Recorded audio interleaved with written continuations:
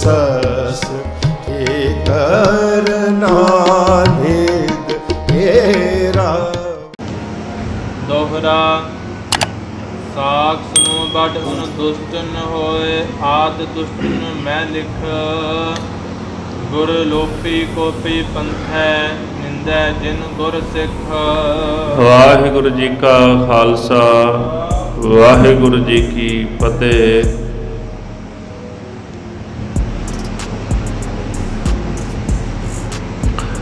जुग हो जुग अटल चवर छतर तख्त के मालिक साहिबे कमाल। दसां पातशाहियां दे पावनात्मक स्वरूप साहिब सच्चे पातशाह धन धन श्री गुरु ग्रंथ साहिब जी महाराज गरीब नवाज सच्चे पातशाह जी दे मुबारक चरणा कमलों पास हाजरियां भर रही गुरु स्वरूप गुरु खालसा साध संगत जी। नेता प्रत न्यायी गुरु का इतिहास सरवण करने वास्ते आप जी सरबत संगतां गुरु दरबार अंदर जुड़ बैठे हो। गुरु अमरदास महाराज आप जी दे चरणों विच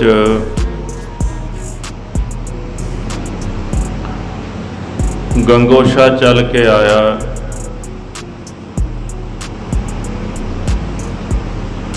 गढ़ शंकर दे इलाके दा रहन वाला सी।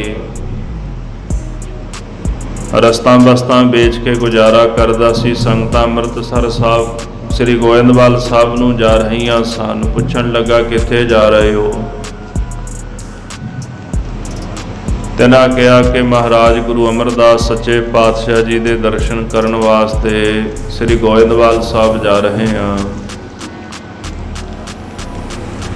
मुक्ति ते पदार्थां दे उदाते ने ते गंगोशाह उन्हां दे नाल मिल के गोविंदवाल साहब आया। गुरु साहब दे दीदार कीते। बौली साहब दी सेवा करन लगा। बौली दा जदों कड़ टुटिया है गंगोशाह ने वदान हथौड़ा मारिया। बौली दा कड़ टुट गया। गुरु अमरदास सच्चे पातशाह बड़े प्रसन्न होए। सिखा मंग की मंगदा महाराज? पदार्थ दे दिओ, माया दे दिओ। सतगुरु कहंदे दिल्ली चला जा, हुंडी दा काम कर लै। गुरु साहब दा बचन मन के दिल्ली गया। हुंडी दा काम कीता, धनवान बन गया। गुरु साहब ने परीक्षा पा दी। एक सिख नूं हुंडी करके भेजिया ते गंगोशाह ने अगे सिख नूं जवाब दिता, मैं नहीं जानता कि कौन गुरु अमरदास जी, ते वो मेरे ते हुंडी नहीं कर सकते। ये बचन सुन के गुरु अमरदास महाराज ने बचन कीता सी, जो देण दी ताकत रखदा है वो वापस लैण दी समर्था भी रखदा है। उस दिन तो बाद घाटा पै गया ते गंगूशाह कंगाल होके गोविंदवाल साहब वापस आया। फिर सेवा विच जुट गया। गुरु साहब जी नूं तरस आया, दया कीती। पहाड़ी इलाके विच घिओ लैण वास्ते भेजिया। जदों बीबी भानी जी दा आनंद कारज सी, विआह सी, जाण वेले बेनती करन लगा, महाराज कोई करामात, कोई समर्था दे दिओ। हजूर ने बचन कीता है, तेरी रसना दा किया बचन सत हो जाएगा। इस तरह पर्वती इलाके विच गया, घिओ इकट्ठा कीता, पर विआह ते ना आया। जो बचन कहंदा सत हो जांदा, हंकार हो गया, गर्व हो गया ते मंजी ला के बह गया, गुरु बन गया। धन गुरु अमरदास महाराज ने बचन कीते भी तेरा मूँह काला होवेगा, तू गुरु बन के बह गया। इस तरह उसका मुख काला हो गया ਤੇ ਗੰਗੂ ਸ਼ਾਹ ਦਾ ਅੱਗੋਂ ਪਰਿਵਾਰ ਜੀ ਦਾ ਪ੍ਰਸੰਗ ਕੱਲ ਸੁਣਿਆ ਸੀ। ਖੜਗ ਸਿੰਘ ਉਹ ਵੀ ਗੱਦੀ ਲਾ ਕੇ ਬਹਿ ਗਿਆ ਸੀ। ਇਸ ਤਰ੍ਹਾਂ ਸਵਾਓ ਅਗਲੇ ਪ੍ਰਕਰਨ ਸਰਵਣ ਕਰੀਏ। ਮਨ ਬਿਰਤੀਆਂ ਇਕਾਗਰ ਕਰਨ ਵਾਸਤੇ ਸਰਬੱਤ ਸੰਗਤਾਂ ਜਪਣਾ ਕਰੋ ਜੀ। ਸਤਨਾਮ ਸ੍ਰੀ ਵਾਹਿਗੁਰੂ ਸਾਹਿਬ ਜੀਓ। ਸਤਨਾਮ ਸ੍ਰੀ ਵਾਹਿਗੁਰੂ ਸਾਹਿਬ ਜੀਓ। ਦੋਹਰਾ ਸਾਥ ਸੁਨੋ ਬੜ ਉਨ ਦੁਸ਼ਟਨ ਹੋਏ ਆਦ ਦੁਸ਼ਟਨ ਮੈਂ ਲਿਖ। ਭਾਈ ਰਤਨ ਸਿੰਘ ਜੀ ਫਰਮਾਨ ਕਰਦੇ ਨੇ, ਹੁਣ ਉਹਨਾਂ ਦੁਸ਼ਟਾਂ ਦੀ ਸਾਖੀ ਸੁਣੋ ਜੋ ਸਿੱਖਾਂ ਦੇ ਸਭ ਤੋਂ ਵੱਡੇ ਵਿਰੋਧੀ ਤੇ ਬਹੁਤ ਵੱਡੇ ਦੁਸ਼ਟ ਹੋਏ ਨੇ ਹੁਣ ਤੱਕ ਦੇ। ਉਹਨਾਂ ਦੁਸ਼ਟਾਂ ਦੀ ਮੈਂ ਤੁਹਾਨੂੰ ਕਥਾ ਸਰਵਣ ਕਰਾਉਂਦਾ ਹਾਂ। ਗੁਰ ਲੋਪੀ ਕੋਪੀ ਪੰਥੈ ਨਿੰਦੈ ਜਿਨ ਗੁਰ ਸਿੱਖ। ਗੁਰੂ ਲੋਪੀ, ਗੁਰੂ ਨੂੰ ਅਲੋਪ ਕਰਨ ਵਾਲੇ, ਭਾਵ ਕਿ ਜਿਹਦੇ ਕੋਲੋਂ ਸਿੱਖੀ ਲਈ ਹੈ ਉਹਨੂੰ ਪ੍ਰਗਟ ਨਾ ਕਰਨਾ, ਲੁਕੋ ਲੈਣਾ, ਦੱਸਣਾ ਨਾ ਵੀ ਮੇਰਾ ਗੁਰੂ ਕੌਣ ਹੈ। ਫਿਰ ਗੁਰੂ ਘਰ ਦੇ ਨਾਲ ਗੁੱਸਾ ਕਰਨਾ, ਗੁਰੂ ਘਰ ਦੀ ਨਿੰਦਿਆ ਕਰਨੀ, ਗੁਰਸਿੱਖਾਂ ਦੀ ਨਿੰਦਿਆ ਕਰਨੀ, ਗੁਰਸਿੱਖਾਂ ਦੇ ਨਾਲ ਧਰੋ ਕਮਾਉਣਾ। ਜਿਨ੍ਹਾਂ ਲੋਕਾਂ ਦਾ ਕੰਮ ਸੀ ਉਹਨਾਂ ਦੀ ਕਥਾ ਤੁਹਾਨੂੰ ਸੁਣਾਉਂਦਾ ਹਾਂ। ਮੁਖ ਨਿਆਮਤ ਗੁਰਦਈ ਸਕਿਓ ਨਾ ਸੋ ਬਚਾਏ। ਅਸਲ ਵਿੱਚ ਗੁਰੂ ਸਾਹਿਬ ਜੀ ਨੇ ਮੁਫਤ ਦੀ ਨਿਆਮਤ ਇਹਨਾਂ ਨੂੰ ਦੇ ਦਿੱਤੀ ਸੀ। ਜਿਹੜੀ ਚੀਜ਼ ਮੁਫਤ ਮਿਲਦੀ ਹੈ ਨਾ, ਮਿਹਨਤ ਨਾ ਕਰਨੀ ਪਵੇ, ਮਸ਼ੱਕਤ ਤੋਂ ਬਿਨਾਂ ਮਿਲ ਜਾਏ, ਉਹ ਪਚਦੀ ਨਹੀਂ ਬੰਦੇ ਨੂੰ, ਉਹਦੀ ਕਦਰ ਨਹੀਂ ਕਰਦਾ। ਇਹਨਾਂ ਨੂੰ ਵੀ ਮੁਫਤ ਦੀ ਨਿਆਮਤ ਪ੍ਰਾਪਤ ਹੋ ਗਈ ਸੀ ਤੇ ਜਿਹੜੀ ਦਾਤ ਮਹਾਰਾਜ ਨੇ ਦਿੱਤੀ ਆ ਉਹਨੂੰ ਪਚਾ ਨਹੀਂ ਸਕੇ।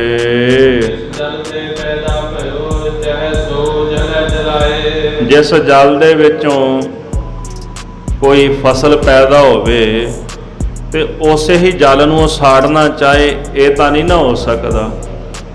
ਜੇ ਪਾਣੀ ਵਿੱਚੋਂ ਚਾਵਲ ਪੈਦਾ ਹੋਏ ਨੇ, ਪਾਣੀ ਨੂੰ ਸਾੜ ਨਹੀਂ ਸਕਦੇ, ਪਰ ਪਾਣੀ ਇੰਨੀ ਕੁ ਸਮਰੱਥਾ ਰੱਖਦਾ ਵੀ ਉਹਨੂੰ ਡੁਬੋ ਕੇ ਖਤਮ ਕਰ ਸਕਦਾ। ਜੇ ਪਾਣੀ ਨੇ ਚਾਵਲ ਪੈਦਾ ਕੀਤੇ ਨੇ ਆਪਣੇ ਵਿੱਚ ਤੇ ਉਹ ਚਾਵਲਾਂ ਨੂੰ ਨਸ਼ਟ ਕਰਨ ਦੀ ਤਾਕਤ ਰੱਖਦਾ ਹੈ।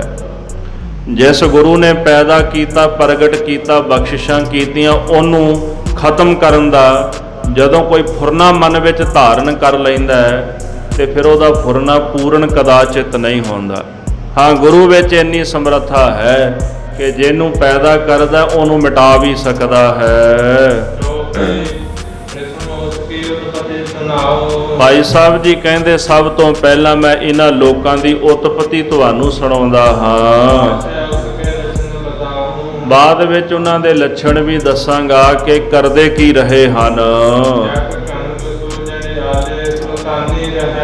ਜੰਡਿਆਲਾ ਨਗਰ ਹੈ, ਪਿੰਡ ਹੈ। ਅੰਮ੍ਰਿਤਸਰ ਸਾਹਿਬ ਨੂੰ ਜਾਂਦਿਆਂ ਜੀਟੀ ਰੋਡ ਤੇ ਜੰਡਿਆਲਾ ਆਉਂਦਾ ਹੈ ਤੇ ਜੰਡਿਆਲੇ ਪਿੰਡ ਦੇ ਵਿੱਚ ਘਣਗ ਜੱਟ ਰਹਿੰਦੇ ਹਨ ਤੇ ਇਹ ਸੁਲਤਾਨੀਏ ਸਨ, ਪੀਰ ਨੂੰ ਮੰਨਣ ਵਾਲੇ ਲੋਕ ਸਨ।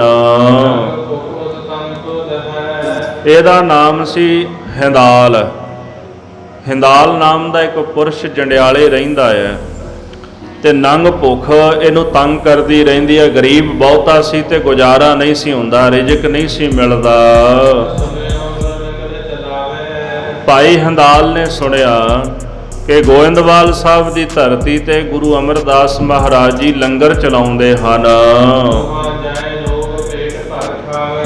ਉਹਨਾਂ ਦੇ ਘਰ ਦੇ ਵਿੱਚ ਜਾ ਕੇ ਲੋਕ ਪੇਟ ਭਰ ਕੇ ਭੋਜਨ ਛਕਦੇ ਹਨ। ਗਰੀਬ ਜਾਂਦੇ ਨੇ, ਉਹਨਾਂ ਨੂੰ ਸੁੱਖ ਮਿਲਦਾ, ਭੁੱਖਾ ਜਾਂਦਾ ਉਹਨਾਂ ਦੇ ਪੇਟ ਭਰ ਜਾਂਦੇ ਨੇ, ਨਗਨ ਜਾਂਦਾ ਉਹਨੂੰ ਵਸਤਰ ਮਿਲਦੇ ਹਨ। ਉਥੇ ਭਾਵੇਂ ਕੋਈ ਜਾ ਕੇ ਟਹਿਲ ਸੇਵਾ ਕਰੇ ਭਾਵੇਂ ਨਾ ਕਰੇ, ਕਿਉਂਕਿ ਸੇਵਾ ਕਰਨੀ ਅੰਦਰ ਦੀ ਭਾਵਨਾ ਹੈ।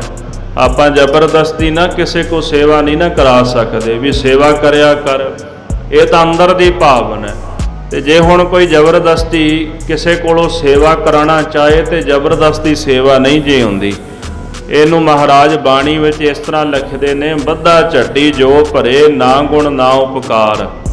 ਇਹ ਤਾਂ ਬੱਧਾ ਝੱਟੀ ਹੁੰਦੀ ਹੈ ਨਾ, ਬੱਧਾ ਰੁੱਧਾ ਬੰਦਾ ਕੋਈ ਨਾ ਕੋਈ ਕੰਮ ਕਰ ਲੈਂਦਾ, ਉਹ ਕੋਈ ਸੇਵਾ ਨਹੀਂ ਗਿਣੀ ਜਾਂਦੀ। ਸੇਵਾ ਪ੍ਰੇਮ ਨਾਲ ਹੁੰਦੀ ਹੈ। ਇਸ ਕਰਕੇ ਗੁਰੂ ਘਰ ਦੀ ਮਰਿਆਦਾ ਹੈ ਕਿ ਭਾਵੇਂ ਉੱਥੇ ਕੋਈ ਸੇਵਾ ਕਰੇ ਤੇ ਭਾਵੇਂ ਕੋਈ ਨਾ ਕਰੇ, ਇਹ ਆਪਣੀ ਮਨ ਦੀ ਭਾਵਨਾ ਹੈ। ਤੇ ਜਿਹੜਾ ਵੀ ਲੰਗਰ ਵਿੱਚ ਜਾ ਕੇ ਲੰਗਰ ਛਕ ਲੈਂਦਾ ਹੈ, ਉਹ ਭਾਵੇਂ ਸੇਵਾ ਕਰੇ ਤੇ ਭਾਵੇਂ ਨਾ ਕਰੇ, ਉਹਦੀ ਮਰਜ਼ੀ ਹੈ। ਗੁਰੂ ਘਰ ਦੇ ਵਿੱਚ ਰਿਜ਼ਕ ਦੀ ਕਮੀ ਨਹੀਂ, ਜਿਹੜਾ ਆਉਂਦਾ ਉਹਦਾ ਪੇਟ ਭਰ ਦਿੰਦੇ ਹਨ। ਜਿਹੜਾ ਭਾਈ ਹੰਦਾਲ ਸੀ, ਜਦੋਂ ਉਹਨੇ ਇਸ ਪ੍ਰਕਾਰ ਗੁਰੂ ਘਰ ਦੀ ਮਹਿਮਾ ਸੁਣੀ ਤੇ ਜੰਡਿਆਲਾ ਨਗਰ ਛੱਡ ਕੇ, ਗੋਇੰਦਵਾਲ ਸਾਹਿਬ ਨੇੜੇ ਹੀ ਪੈਂਦਾ ਜੰਡਿਆਲੇ ਤੋਂ, ਤੇ ਜੰਡਿਆਲੇ ਤੋਂ ਸ੍ਰੀ ਗੋਇੰਦਵਾਲ ਸਾਹਿਬ ਚਲਾ ਗਿਆ,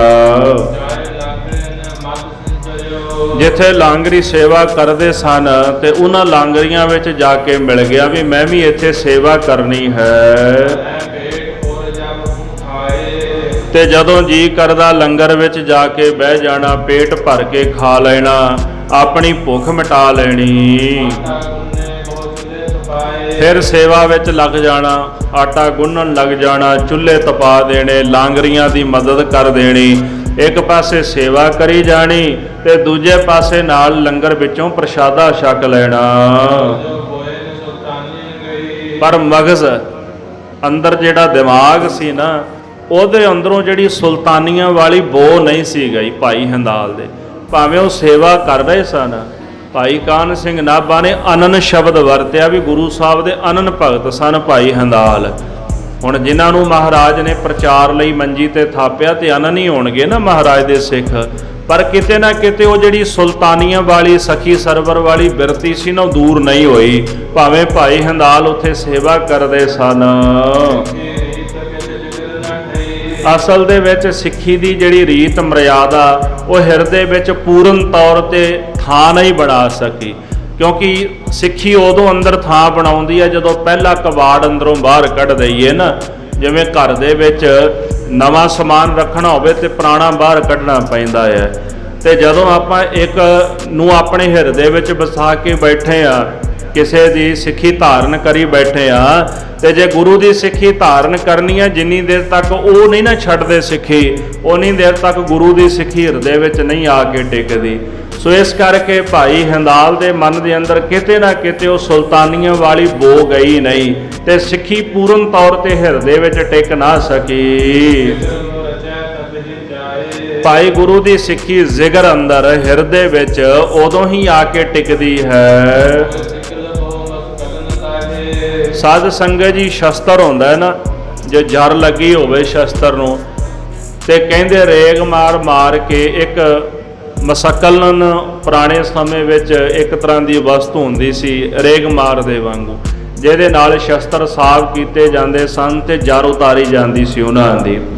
ਜਦੋਂ ਰੇਗ ਮਾਰ ਮਾਰੀਏ ਤੇ ਜਰ ਉਤਰ ਜਾਂਦੀ ਹੈ ਤੇ ਲੋਹਾ ਚਮਕ ਜਾਂਦਾ ਹੈ। ਇਨ ਬਿਨ ਇਸੇ ਪ੍ਰਕਾਰ ਗੁਰੂ ਘਰ ਦੇ ਵਿੱਚ ਸੇਵਾ ਕਰਕੇ, ਬਾਣੀ ਪੜ੍ਹ ਕੇ, ਅੰਮ੍ਰਿਤ ਵੇਲੇ ਉੱਠ ਕੇ ਵਾਹਿਗੁਰੂ ਗੁਰ ਮੰਤਰ ਹੈ ਜਪ ਹਉਮੈ ਖੋਈ, ਜੈਸੇ ਗੁਰ ਸਤਿਗੁਰ ਕਾ ਜੋ ਸਿੱਖ ਖਾਏ, ਸੋ ਭਲ ਕੇ ਉਠ ਹਰ ਨਾਮ ਧਿਆਵੈ, ਉਦਮ ਕਰੇ ਭਲ ਕੇ ਪ੍ਰਭਾਤੀ, ਇਸਨਾਨ ਕਰੇ ਅੰਮ੍ਰਿਤਸਰ ਨਹਾਵੈ, ਫਿਰ ਚੜ੍ਹੇ ਦਿਵਸ ਗੁਰਬਾਣੀ ਗਾਵੈ, ਬਹਿੰਦਿਆਂ ਉੱਠਦਿਆਂ ਹਰ ਨਾਮ ਧਿਆਵੈ। ਅੰਮ੍ਰਿਤ ਵੇਲੇ ਉੱਠ ਕੇ ਇਸ਼ਨਾਨ ਕਰਦਾ, ਵਾਹਿਗੁਰੂ ਵਾਹਿਗੁਰੂ ਜਪਦਾ ਹੈ, ਤੇ ਨਾਲ ਫਿਰ ਦਿਨ ਚੜ੍ਹੇ ਗੁਰਬਾਣੀ ਗਾਉਂਦਾ ਗੁਰੂ ਕੀ। ਜਿਹੜੇ ਇਹ ਮਰਿਆਦਾ ਨੂੰ ਧਾਰਨ ਕਰ ਲੈਂਦੇ, ਉਹ ਹੌਲੀ ਹੌਲੀ ਆਪਣੇ ਹਿਰਦੇ ਨੂੰ ਲਿਸ਼ਕਾ ਲੈਂਦੇ ਨੇ। ਤੇ ਜਿਨ੍ਹਾਂ ਦਾ ਹਿਰਦਾ ਪਵਿੱਤਰ ਹੋ ਜਾਏ, ਉਹ ਪਵਿੱਤਰ ਹਿਰਦੇ ਵਿੱਚ ਆ ਕੇ ਸਿੱਖੀ ਟਿਕਦੀ ਹੈ। ਆਪਾਂ ਜਿੰਨੇ ਕਰਮ ਕਰਦੇ ਆ ਨਾ, ਵੀ ਸਤ ਸੰਗਤ ਕਰਨੀ, ਬਾਣੀ ਪੜ੍ਹਨੀ, ਇਹ ਆਪਾਂ ਭਾਂਡਾ ਬਣਾ ਰਹੇ ਆ। ਚਲੋ ਅੰਮ੍ਰਿਤਪਾਨ ਕਰ ਲਿਆ, ਗੁਰੂ ਕੇ ਸਿੱਖ ਬਣ ਗਏ ਆਪਾਂ, ਪਰ ਹਲੇ ਸਿੱਖੀ ਅੰਦਰ ਨਹੀਂ ਟਿਕੀ। ਤੇ ਇਹ ਕਰਮ ਤਾਂ ਹੀ ਕਰ ਰਹੇ ਆ ਕਿ ਸਿੱਖੀ ਹਿਰਦੇ ਵਿੱਚ ਟਿਕ ਜਾਏ। ਤੇ ਜਿਨ੍ਹਾਂ ਦੇ ਹਿਰਦੇ ਵਿੱਚ ਸਿੱਖੀ ਟਿਕ ਜਾਏ, ਉਹ ਤਾਂ ਮੁਕਤ ਹੋ ਜਾਂਦੇ ਨੇ। ਸਿੱਖੀ ਐਡੀ ਬਲਵਾਨ ਮਨੁੱਖ ਦਾ ਭਲਾ ਕਰ ਦਿੰਦੀ ਹੈ। ਸੋ ਇਸ ਕਰਕੇ ਜਿਨ੍ਹਾਂ ਦਾ ਹਿਰਦਾ ਪਵਿੱਤਰ ਹੋ ਜਾਂਦਾ ਹੈ, ਉਹਨਾਂ ਦੇ ਹਿਰਦੇ ਵਿੱਚ ਭਾਈ ਸਿੱਖੀ ਰਚ ਜਾਂਦੀ, ਵਸ ਜਾਂਦੀ ਹੈ। ਸੋ ਇਸ ਪ੍ਰਕਾਰ ਭਲੇ ਸਮੇਂ ਭਾਈ ਹੰਦਾਲ ਆਪਣੇ ਘਰੋਂ ਚੱਲ ਕੇ ਗੋਇੰਦਵਾਲ ਸਾਹਿਬ ਆ ਗਿਆ ਹੈ। ਕਹਿੰਦੇ ਮੁਖਤ ਦਾ ਝਾਕਾ ਹੀ ਪੈ ਗਿਆ ਉਹਦੇ ਤੇ ਮਹਾਰਾਜ ਦਾ। ਭਾਵ ਕਿ ਜਦੋਂ ਭਾਈ ਹੰਦਾਲ ਆਇਆ ਨਾ, ਤੇ ਗੁਰੂ ਅਮਰਦਾਸ ਮਹਾਰਾਜ ਦੀ ਨਿਗਾਹ ਪੈ ਗਈ ਉਹਦੇ ਉੱਤੇ। ਗੁਰੂ ਦੀ ਨਿਗਾਹ ਵਿੱਚ ਅੰਮ੍ਰਿਤ ਵਰਸਦਾ ਹੈ, ਗੁਰੂ ਦੀ ਨਜ਼ਰ ਵਿੱਚ ਅੰਮ੍ਰਿਤ ਵਰਸਦਾ ਹੈ। ਤੇ ਜਦੋਂ ਸਤਿਗੁਰੂ ਸੱਚੇ ਪਾਤਸ਼ਾਹ ਕਿਰਪਾ ਕਰਦੇ ਨੇ ਕਿਸੇ ਉੱਪਰ ਤੇ ਉਹਨਾਂ ਦੀ ਕਿਰਪਾ ਦੇ ਨਾਲ ਹੀ ਮਨੁੱਖ ਦੇ ਜਿਹੜੇ ਪਾਪ ਨੇ ਉਹ ਧੋਤੇ ਜਾਂਦੇ ਨੇ। ਤੇ ਭਾਈ ਜਿਹੜਾ ਹਿੰਦਾਲ ਸੀ, ਭਾਈ ਹਿੰਦਾਲ ਦੇ ਉੱਤੇ ਸਤਿਗੁਰਾਂ ਦੀ ਨਜ਼ਰ ਹੋਈ ਤੇ ਨਜ਼ਰ ਹੋਣ ਮਾਤਰ ਦੇ ਨਾਲ ਹੀ ਉਹਦੇ ਜਿੰਨੇ ਪਾਪ ਸਨ ਉਹ ਸਾਰੇ ਪਾਪ ਧੁੱਲ ਗਏ ਹਨ। ਇਸ ਤਰ੍ਹਾਂ ਕਹਿ ਲਓ ਵੀ ਭਾਈ ਰਤਨ ਸਿੰਘ ਨੇ ਸ਼ਬਦ ਵਰਤਿਆ ਝਾਕਾ। ਇਹਦਾ ਭਾਵ ਹੈ ਕਿ ਮਹਾਰਾਜ ਸਤਿਗੁਰੂ ਜੀ ਲੰਘ ਰਹੇ ਸਨ ਤੇ ਭਾਈ ਹਿੰਦਾਲ ਸਨਮੁਖ ਸਨ ਤੇ ਗੁਰੂ ਸਾਹਿਬ ਦੀ ਨਜ਼ਰ ਪੈ ਗਈ। ਇਹਨੂੰ ਮਹਾਰਾਜ ਨੇ ਇਸ ਤਰ੍ਹਾਂ ਬਿਆਨ ਕੀਤਾ, ਕਿਰਪਾ ਕਟਾਖ ਅਵਲੋਕਨ ਕੀਨੋ ਦਾਸ ਕਾ ਦੁਖ ਵਿਦਾਰਿਓ। ਕਟਾਖ ਕਿਹਨੂੰ ਕਹਿੰਦੇ ਨੇ? ਤਿਰਛਾ ਵੇਖਣਾ, ਰੱਤੀ ਮਾਤਰ ਨਿਮਖ ਜਿਹਾ ਵੇਖਣਾ। ਮਹਾਰਾਜ ਨੇ ਕਟਾਕਸ਼ ਮਾਤਰ ਜਦੋਂ ਵੇਖਿਆ ਨਾ, ਕਿਰਪਾ ਕਟਾਖ ਅਵਲੋਕਨ ਕੀਨੋ, ਕਿਰਪਾ ਦੇ ਕਟਾਕਸ਼ ਦੇ ਨਾਲ ਜਦੋਂ ਵੇਖਿਆ ਭਾਈ ਹਿੰਦਾਲ ਦੇ ਵੱਲ, ਦਾਸ ਕਾ ਦੁਖ ਵਿਦਾਰਿਓ, ਉਹਦੇ ਸਾਰੇ ਦੁੱਖ ਨਾਸ਼ ਕਰ ਦਿੱਤੇ। ਤੇ ਭਾਈ ਸਾਹਿਬ ਜੀ ਨੇ ਸ਼ਬਦ ਵਰਤਿਆ, ਮੁਖਤ ਝਾਕ ਸ੍ਰੀ ਸਤਿਗੁਰ ਲਾਇਆ। ਮੁਖਤ ਦੀ ਝਾਕ ਜਿਹੜੀ ਸੀ ਨਾ, ਗੁਰੂ ਅਮਰਦਾਸ ਮਹਾਰਾਜ ਨੇ ਭਾਈ ਹਿੰਦਾਲ ਦੇ ਉੱਪਰ ਕਰ ਦਿੱਤੀ ਤੇ ਇੱਕ ਛਿਨ ਵਿੱਚ ਉਹਨੂੰ ਨਿਹਾਲ ਕਰ ਦਿੱਤਾ ਹੈ। ਪਰ ਕਹਿੰਦੇ ਕਿ ਸਤਿਗੁਰਾਂ ਦੀ ਉਹ ਦ੍ਰਿਸ਼ਟੀ ਇਤਨੀ ਕੁ ਪ੍ਰਤਾਪੀ ਸੀ ਕਿ ਭਾਈ ਹਿੰਦਾਲ ਉਹਨੂੰ ਜਰ ਨਹੀਂ ਸਕਿਆ, ਕਿਉਂਕਿ ਹਲੇ ਭਾਂਡਾ ਨਹੀਂ ਸੀ ਬਣਿਆ। ਕਿਰਪਾ ਤਾਂ ਮਹਾਰਾਜ ਨੇ ਕਰ ਦਿੱਤੀ, ਪਰ ਭਾਂਡਾ ਨਾ ਹੋਣ ਦੀ ਵਜ੍ਹਾ ਕਰਕੇ ਉਹਨੂੰ ਜਰ ਨਹੀਂ ਸਕਿਆ।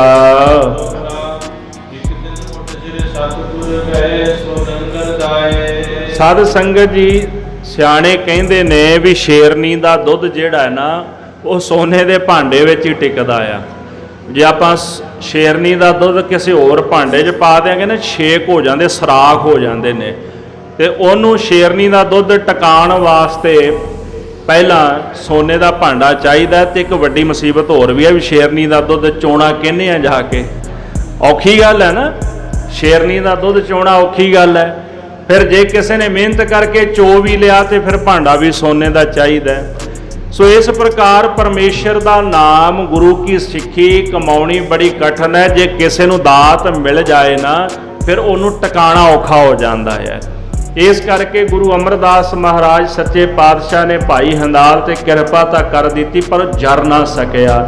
ਅਜਰ ਨੂੰ ਜਰਨਾ ਬੜਾ ਔਖਾ ਹੈ। ਇੱਕ ਦਿਨ ਉੱਠ ਸ੍ਰੀ ਸਤਿਗੁਰੂ ਗਏ ਸੋ ਲੰਗਰ ਦਾਏ। ਇੱਕ ਦਿਨ ਗੁਰੂ ਅਮਰਦਾਸ ਮਹਾਰਾਜ ਜੀ ਸੁਤੇ ਸਿੱਧ ਆਪਣੇ ਦੀਵਾਨਾਂ ਚੋਂ ਉੱਠੇ ਤੇ ਜਿੱਥੇ ਲੰਗਰ ਤਿਆਰ ਹੁੰਦਾ ਸੀ, ਸੰਗਤਾਂ ਸੇਵਾ ਕਰ ਰਹੀਆਂ ਸਨ।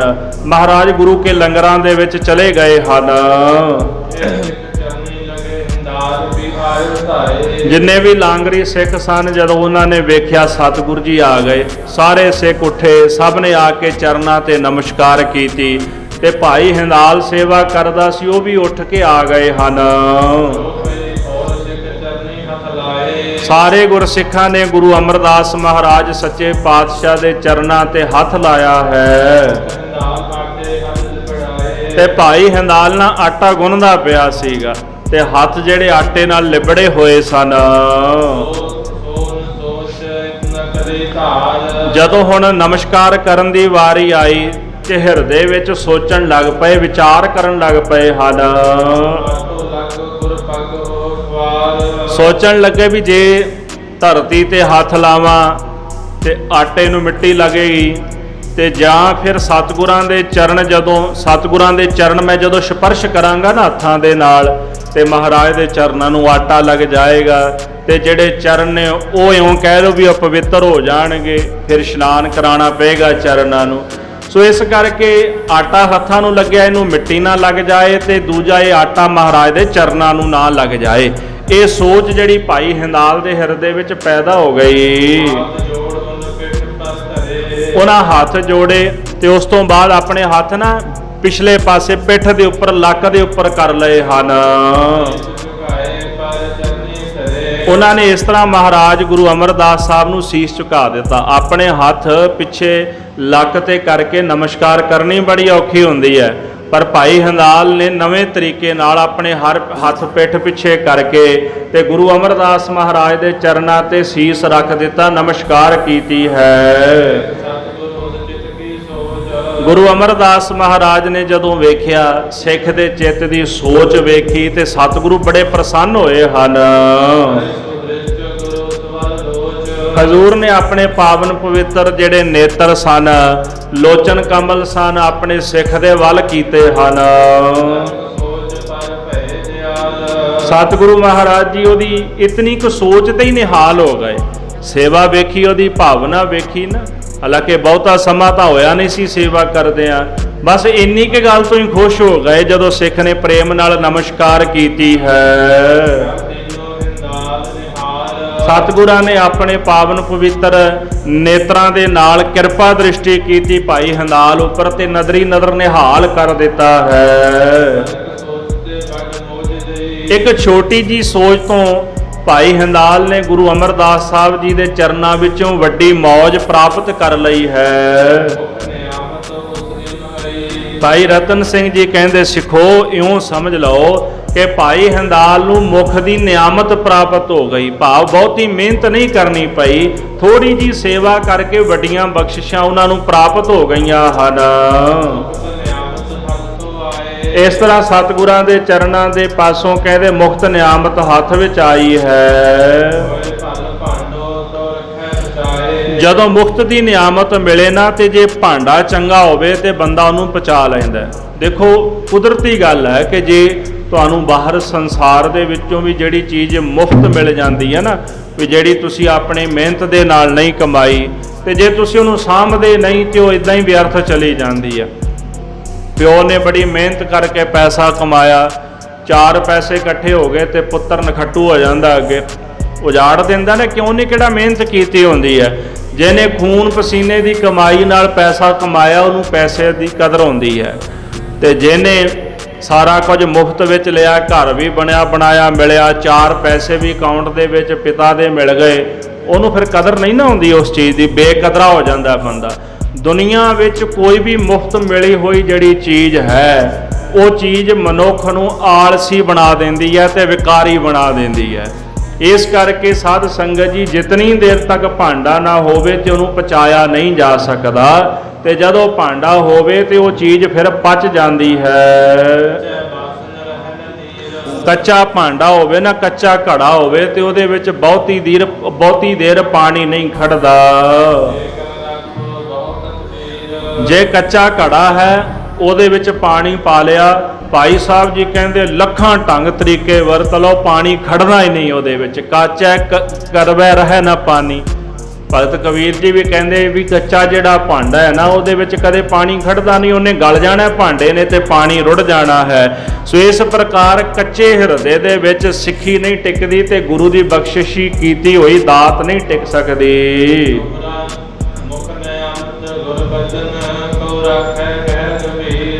ਸਾਧ ਸੰਗਤ ਜੀ, ਕੋਈ ਵਿਰਲਾ ਹੀ ਗੈਰ ਗੰਭੀਰ ਪੁਰਸ਼ ਹੁੰਦਾ ਹੈ ਜਿਹਨੂੰ ਮੁਕਤ ਦੀ ਨਿਆਮਤ ਮਿਲ ਜਾਏ ਤੇ ਉਹਨੂੰ ਟਿਕਾ ਕਰਕੇ ਹਿਰਦੇ ਵਿੱਚ ਰੱਖ ਲਵੇ। ਇਸ ਤਰ੍ਹਾਂ ਭਾਈ ਸੋਨੇ ਦੇ ਕਟੋਰੇ ਤੋਂ ਬਿਨਾਂ ਸ਼ੇਰਨੀ ਦਾ ਦੁੱਧ ਕਦੇ ਉਹਦੇ ਵਿੱਚ ਨਹੀਂ ਟਿਕਦਾ। ਜਿੰਨੀ ਦੇਰ ਤੱਕ ਹਿਰਦੇ ਦੀ ਸ਼ੁੱਧਤਾ ਨਹੀਂ ਹੁੰਦੀ ਤੇ ਜਿਹੜੀ ਮੁਕਤ ਦੀ ਨਿਆਮਤ ਉਹ ਵੀ ਨਹੀਂ ਟਿਕਦੀ। ਸਤਿਗੁਰੂ ਸੱਚੇ ਪਾਤਸ਼ਾਹ ਮਹਾਰਾਜ ਜੀ ਪ੍ਰਸੰਨ ਹੋਏ ਜੀ। ਭਾਈ ਹੰਦਾਲ ਨੇ ਸੇਵਾ ਕੀਤੀ। ਹਜ਼ੂਰ ਨੇ ਸਿੱਖੀ ਦਾ ਪ੍ਰਚਾਰਕ ਥਾਪਿਆ ਭਾਈ ਹੰਦਾਲ ਨੂੰ। 22 ਮੰਜੀਆਂ ਵਿੱਚੋਂ ਇੱਕ ਮੰਜੀ ਭਾਈ ਹੰਦਾਲ ਨੂੰ ਸਤਿਗੁਰਾਂ ਨੇ ਦਿੱਤੀ ਕਿ ਆਪਣੇ ਇਲਾਕੇ ਵਿੱਚ ਜਾ ਕੇ ਸਿੱਖੀ ਦਾ ਤੁਸੀਂ ਪ੍ਰਚਾਰ ਕਰੋ। ਦਈ ਸੰਗਤ ਸ੍ਰੀ ਗੁਰ ਤੇ ਲਾਏ, ਸਤਿਗੁਰਾਂ ਨੇ ਉਹਨਾਂ ਦੀ ਇਲਾਕੇ ਦੀ ਸੰਗਤ ਉਹਨਾਂ ਦੇ ਨਾਲ ਜੋੜ ਦਿੱਤੀ ਹੈ।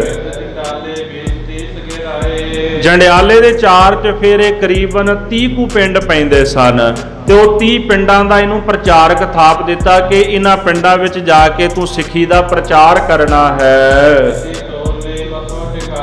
ਸਤਿਗੁਰੂ ਕਹਿੰਦੇ ਜਿਵੇਂ ਤੂੰ ਸਾਨੂੰ ਨਮਸਕਾਰ ਕੀਤੀ ਹੈ ਨਾ, ਤੂੰ ਭਾਵੇਂ ਇਸੇ ਤੌਰ ਤਰੀਕੇ ਨਾਲ ਆਪ ਵੀ ਮੱਥਾ ਟਿਕਾ ਲਵੇਂ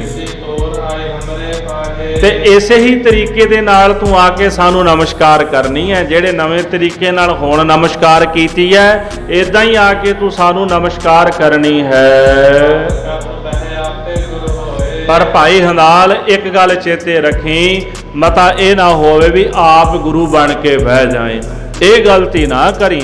ਤੈਨੂੰ ਪ੍ਰਚਾਰਕ ਥਾਪਿਆ, ਸਿੱਖੀ ਦਾ ਪ੍ਰਚਾਰ ਕਰਨ ਦੇ ਲਈ ਗੁਰੂ ਕਾ ਪ੍ਰੇਮੀ ਬਣਾ ਕੇ ਤੈਨੂੰ ਅਸਾਂ ਇਹ ਮੰਜੀ ਬਖਸ਼ਿਸ਼ ਕੀਤੀ ਹੈ, ਇਹ ਜਗ੍ਹਾ ਬਖਸ਼ਿਸ਼ ਕੀਤੀ ਹੈ, ਤੇ ਕਿਤੇ ਇਹ ਨਾ ਹੋਵੇ ਕਿ ਤੈਨੂੰ ਮਾਣ ਹੋ ਜਾਏ ਕਿ ਮੈਂ ਗੁਰੂ ਬਣ ਗਿਆ। ਆਪਣੇ ਆਪ ਗੁਰੂ ਨਹੀਂ ਬਣਨਾ। ਫਿਰ ਯਾਦ ਰੱਖੀ ਭਾਈ ਹਿੰਦਾਲ, ਜੇ ਗੁਰੂ ਬਣ ਗਿਆ ਫਿਰ ਸਿੱਖੀ ਵਾਲੇ ਪਾਸਿਓਂ ਜਾਏਗਾ। ਫਿਰ ਤੈਨੂੰ ਨਾ ਇੱਥੇ ਢੋਈ ਮਿਲਣੀ ਤੇ ਨਾ ਦਰਗਾਹ ਵਿੱਚ ਢੋਈ ਮਿਲਣੀ ਹੈ। ਇਸ ਕਰਕੇ ਭਾਈ ਤੂੰ ਜਾ ਕੇ ਗੁਰੂ ਦਾ ਜਾਪ ਜਿਹੜਾ ਸਾਰੀ ਸੰਗਤ ਨੂੰ ਜਪਾਉਣਾ ਹੈ। ਵਾਹਿਗੁਰੂ ਧੰਨ ਹੈ, ਗੁਰੂ ਧੰਨ ਹੈ, ਵਾਹਿਗੁਰੂ ਵਾਹਿਗੁਰੂ ਆਪ ਜਪਣਾ ਤੇ ਸੰਗਤ ਨੂੰ ਜਪਾਉਣਾ ਹੈ। ਗੁਰੂ ਅਮਰਦਾਸ ਸੱਚੇ ਪਾਤਸ਼ਾਹ ਜੀ ਨੇ ਇਸ ਤਰ੍ਹਾਂ ਦੇ ਬਚਨ ਭਾਈ ਹਿੰਦਾਲ ਨੂੰ ਕਹੇ ਹਨ।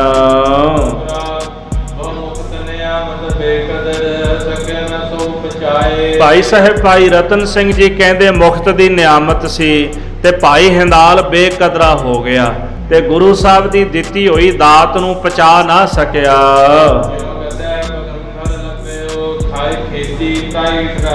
ਕਹਿੰਦੇ ਗਧਾ ਸੀ, ਉਹਨੂੰ ਬਗੰਬਰ ਲੱਭ ਗਿਆ। ਬਗੰਬਰ ਕਹਿੰਦੇ ਬਾਗ ਅੰਬਰ।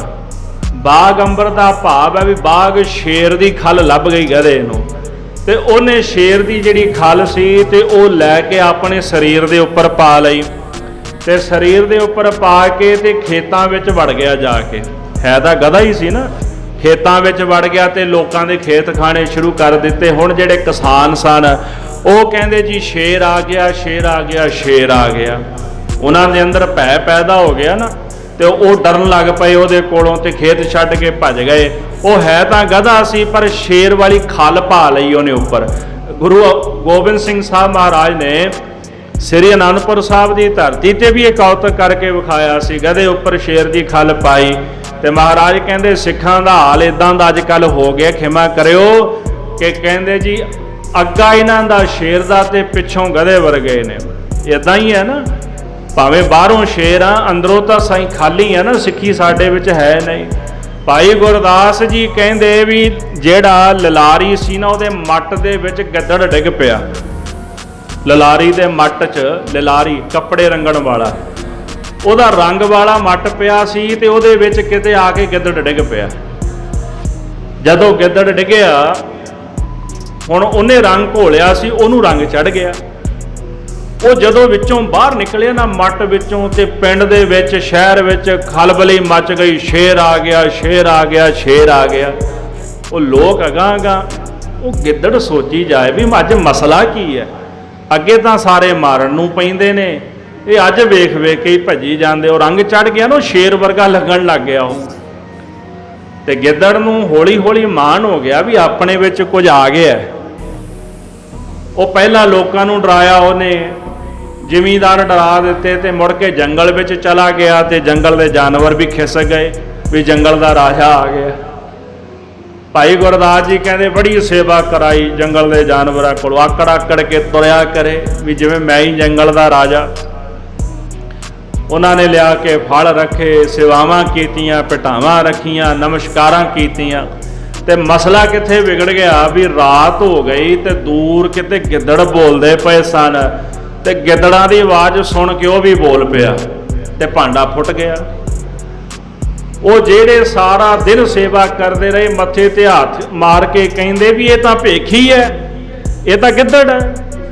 ਭਾਈ ਗੁਰਦਾਸ ਜੀ ਕਹਿੰਦੇ ਢੋਂਗੀਆਂ ਦਾ ਹਾਲ ਇਹ ਹੁੰਦਾ ਹੈ, ਖੱਲ ਜਿਹੜੀ ਹੈ ਸ਼ੇਰ ਦੀ ਪਰ ਥੱਲੋਂ ਗਧੇ ਹੀ ਹੁੰਦੇ ਨੇ। ਅਸਲੀਅਤ ਇਹ ਹੈ, ਭਾਈ ਰਤਨ ਸਿੰਘ ਜੀ ਨੇ ਜਿਹੜੀ ਉਦਾਹਰਣ ਦਿੱਤੀ, ਜਿਉਂ ਗਧ ਹੈ ਬਗੰਬਰ ਲੱਭਿਓ, ਖਾਏ ਖੇਤੀ ਪਰਾਈ ਡਰਾਏ। ਗਧੇ ਨੂੰ ਸ਼ੇਰ ਦੀ ਖੱਲ ਲੱਭ ਗਈ ਤੇ ਉੱਪਰ ਪਾ ਕੇ ਤੇ ਖੇਤਾਂ 'ਚ ਜਾ ਵੜਿਆ। ਕਿਸਾਨ ਵਿਚਾਰੇ ਡਰਦੇ ਮਾਰੇ ਭੱਜ ਗਏ ਵੀ ਸ਼ੇਰ ਆ ਗਿਆ, ਤੇ ਗਧਾ ਸ਼ੇਰ ਦੀ ਖੱਲ ਦੇ ਹੇਠਾਂ ਤੇ ਪਰਾਈ ਖੇਤੀ ਖਾਣ ਲੱਗ ਪਿਆ। ਇਹ ਹਾਲ ਭਾਈ ਹਿੰਦਾਲ ਦੇ ਪਰਿਵਾਰ ਦਾ ਹੋਇਆ। ਮਹਾਰਾਜ ਨੇ ਗੱਦੀ ਦਿੱਤੀ ਸੀ ਪ੍ਰਚਾਰਕ ਦੀ, ਪ੍ਰਚਾਰ ਕਰਨਾ, ਪਰ ਗੁਰੂ ਬਣ ਕੇ ਬਹਿ ਗਏ, ਖੱਲ ਸ਼ੇਰ ਦੀ ਪਾ ਲਈ ਤੇ ਪਰਾਈ ਖੇਤੀ ਖਾਣੀ ਸ਼ੁਰੂ ਕਰ ਦਿੱਤੀ ਹੈ। ਸਾਧ ਸੰਗਤ ਜੀ, ਭਾਈ ਰਤਨ ਸਿੰਘ ਕਹਿੰਦੇ ਵੀ ਜਗਤ ਵਿੱਚ ਅਜਿਹਾ ਕੋਈ ਵਿਰਲਾ ਪੁਰਸ਼ ਆਇਆ ਹੋਵੇਗਾ ਵੀ ਜਿਹਦੇ ਕੋਲ ਧਨ ਆ ਗਿਆ, ਮਾਇਆ ਆ ਗਈ, ਉਹਨੂੰ ਹੰਕਾਰ ਨਹੀਂ ਹੋਇਆ। ਮਾਇਆ ਬੰਦੇ ਦਾ ਸੁਭਾਅ ਬਦਲ ਦਿੰਦੀ ਹੈ। ਕੁਦਰਤੀ ਤੌਰ ਤੇ ਮਾਇਆ ਦੇ ਲੱਛਣ ਬੰਦੇ ਦੇ ਸਰੀਰ ਵਿੱਚੋਂ, ਦਿਮਾਗ ਵਿੱਚੋਂ, ਹੱਥਾਂ ਵਿੱਚੋਂ ਦਿਸਣੇ ਸ਼ੁਰੂ ਹੋ ਜਾਂਦੇ ਨੇ। ਮਾਇਆ ਐਡੀ ਬਲਵਾਨ ਹੈ, ਬੰਦੇ ਦੀ ਤੋਰ ਬਦਲ ਦਿੰਦੀ ਹੈ।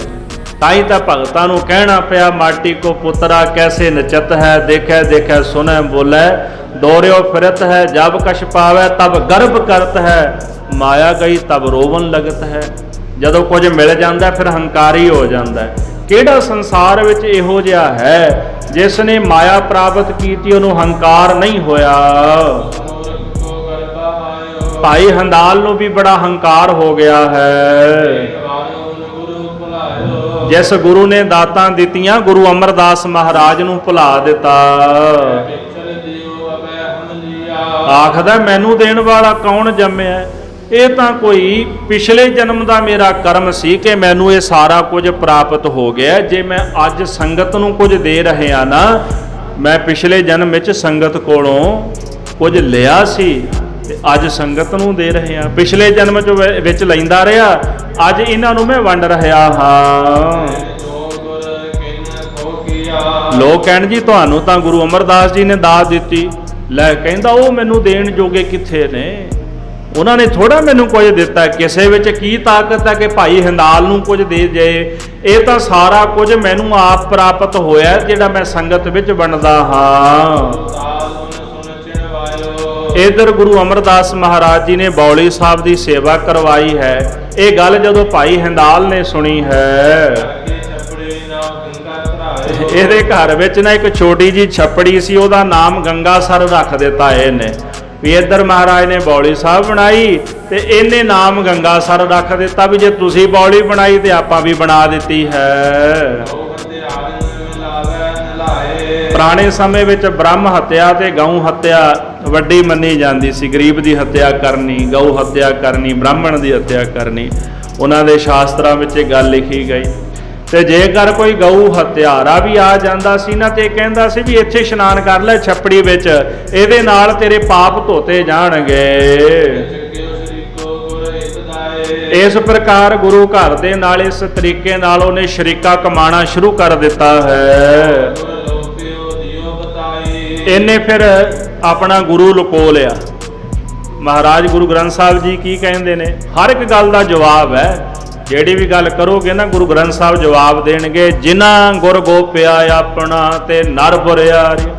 ਜਿਨ੍ਹਾਂ ਗੁਰ ਗੋਪਿਆ ਆਪਣਾ, ਜਿਨ੍ਹਾਂ ਨੇ ਆਪਣਾ ਗੁਰੂ ਲੁਕਾ ਲਿਆ, ਉਹ ਜੀਵ ਸੰਸਾਰ ਵਿੱਚ, ਉਹ ਜੀਵ ਰੂਪ ਇਸਤਰੀਆਂ ਸਭ ਤੋਂ ਬੁਰੀਆਂ ਨੇ। ਆ ਸਾਨੂੰ ਵੀ ਡਰ ਲੱਗਦਾ ਨਾ, ਘਰ 'ਚ ਤਾਂ ਬੜੀ ਫਤਿਹ ਬੁਲਾਵਾਂਗੇ ਤੇ ਬਾਹਰ ਜਾ ਕੇ ਸਤਿ ਸ੍ਰੀ ਅਕਾਲ ਤੇ ਆ ਜਾਣਗੇ ਵੀ ਲੋਕ ਕਿਤੇ ਨਾ ਕਹਿ ਦੇਣ ਵੀ ਫਤਿਹ ਬੁਲਾ ਦਿੱਤੀ ਹੈ। ਇੱਥੇ ਫਤਿਹ ਤੇ ਬਾਹਰ ਸਤਿ ਸ੍ਰੀ ਅਕਾਲ ਕਿਉਂ ਬੁਲਾਉਂਦੇ ਆ? ਗੁਰੂ ਦਾ ਹੁਕਮ ਫਤਿਹ ਦਾ ਨਾ। ਸਤਿ ਸ੍ਰੀ ਅਕਾਲ ਵੀ ਨਾਰਾ ਸਤਿਗੁਰਾਂ ਦਾ ਹੈ। ਉਹ ਅਕਾਲ ਵਾਹਿਗੁਰੂ ਸ਼੍ਰੋਮਣੀ ਸੱਚ ਹੈ, ਤ੍ਰੈ ਕਾਲ ਬਾਦ ਵਾਹਿਗੁਰੂ ਸੱਚਾ ਹੈ, ਸੰਖੇਪ ਅਰਥ ਨੇ। ਪਰ ਹੁਕਮ ਕੀ ਸੀ? ਆਗਿਆ ਆਵਤ ਸਿੰਘ ਜੋ ਪਾਵੈ, ਵਾਹਿਗੁਰੂ ਜੀ ਕੀ ਫਤਿਹ ਬੁਲਾਵੈ। ਇਹ ਹੁਕਮ ਸੀ ਵੀ ਫਤਿਹ ਬੁਲਾਉਣੀ ਹੈ। ਆਪਾਂ ਲੁਕੋ ਲਿਆ ਵੀ ਕਿਤੇ ਲੋਕ ਕੁਝ ਕਹਿ ਨਾ ਦੇਣ। ਕਿਰਪਾਨ ਵੀ ਥੱਲੇ ਜੀ ਲੁਕੋ ਕੇ ਪਾ ਲਈ ਵੀ ਕਿਤੇ ਲੋਕਾਂ ਨੂੰ ਪਤਾ ਨਾ ਲੱਗ ਜਾਏ ਵੀ ਗੁਰੂ ਸਾਹਿਬ ਦਾ ਸਿੱਖ ਹੈ। ਇਹ ਹੁੰਦਾ ਵੀ ਆਪਣਾ ਗੁਰੂ ਲੁਕੋ ਲੈਣਾ। ਅਸੀਂ ਆਪਣਾ ਗੁਰੂ ਤਰੀਕੇ ਨਾਲ ਲੁਕਾਉਂਦੇ ਆ। ਮਹਾਰਾਜ ਸਤਿਗੁਰੂ ਸੱਚੇ ਪਾਤਸ਼ਾਹ ਕਹਿੰਦੇ ਜਿਹੜੇ ਆਪਣੇ ਗੁਰੂ ਨੂੰ ਲੁਕੋ ਲੈਂਦੇ, ਗੁਰੂ ਛਪਾਉਂਦੇ ਨੇ ਤੇ ਆਪਣੇ ਆਪ ਨੂੰ ਇਹ ਕਹਿੰਦੇ ਨੇ ਬਸ ਜੋ ਕੁਝ ਹਾਂ ਮੈਂ ਆਪ ਹਾਂ, ਉਹ ਸੰਸਾਰ ਵਿੱਚ ਸਭ ਤੋਂ ਬੁਰੇ ਹਨ। ਇਹਨੇ ਗੁਰਸਿੱਖ ਸ਼ਬਦ ਜਿਹੜਾ ਸੀ ਨਾ ਉਹ ਮਿਟਾ ਦਿੱਤਾ। ਇਹਨੇ ਆਪਣਾ ਨਾਮ ਨਿਰੰਜਨੀਆ ਰੱਖ ਲਿਆ। ਨਿਰੰਜਨੀਆ, ਇਹ ਨਿਰੰਜਨ ਦਾ ਜਾਪ ਕਰਦਾ ਹੁੰਦਾ ਸੀ। ਵਾਹਿਗੁਰੂ ਸ਼ਬਦ ਛੱਡ ਦਿੱਤਾ ਤੇ ਨਿਰੰਜਨ ਜਪਣਾ ਸ਼ੁਰੂ ਕਰ ਦਿੱਤਾ ਤੇ ਆਪਣੇ ਆਪ ਨੂੰ ਨਿਰੰਜਨੀਆ ਕਹਿਣਾ ਸ਼ੁਰੂ ਕਰ ਦਿੱਤਾ ਹੈ। ਇੱਥੋਂ ਹੀ ਇਹਨਾਂ ਦਾ ਨਾਮ ਨਿਰੰਜਨੀਆ ਪੈ ਗਿਆ, ਜੰਡਾਲੇ ਵਾਲੇ ਨਿਰੰਜਨੀਏ। ਤੇ ਗੁਰੂ ਨਾਨਕ ਸਾਹਿਬ ਜੀ ਨੂੰ ਕਦੀ ਤਾਂ ਕਹਿੰਦਾ ਵੀ ਇਹ ਜਨਕ ਰਾਜੇ ਦਾ ਅਵਤਾਰ ਹਨ। ਜਿਹੜੀ ਗੁਰੂ ਸਾਹਿਬ ਜੀ ਦੀ ਜਨਮ ਸਾਖੀ ਸੀ ਨਾ, ਇਹ ਹਿੰਦਾਲੀਆਂ ਨੇ ਵਿਗਾੜੀ ਸੀ। ਇਹਨਾਂ ਨੇ ਆਪਣੀ ਮਰਜ਼ੀ ਨਾਲ ਉਹਦੇ 'ਚ ਪ੍ਰਸੰਗ ਪਾ ਦਿੱਤੇ।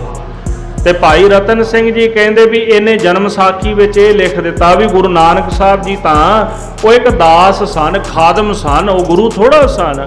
ਉਹ ਤਾਂ ਖਾਦਮ ਸਨ, ਰਾਜੇ ਜਨਕ ਦਾ ਅਵਤਾਰ ਸਨ। ਜਵਾਈ। ਆਪਣੇ ਆਪ ਨੂੰ ਪਤਾ ਕੀ ਕਹਿੰਦਾ ਵੀ ਮੈਂ ਰਾਜੇ ਜਨਕ ਦਾ ਜਵਾਈ ਆ।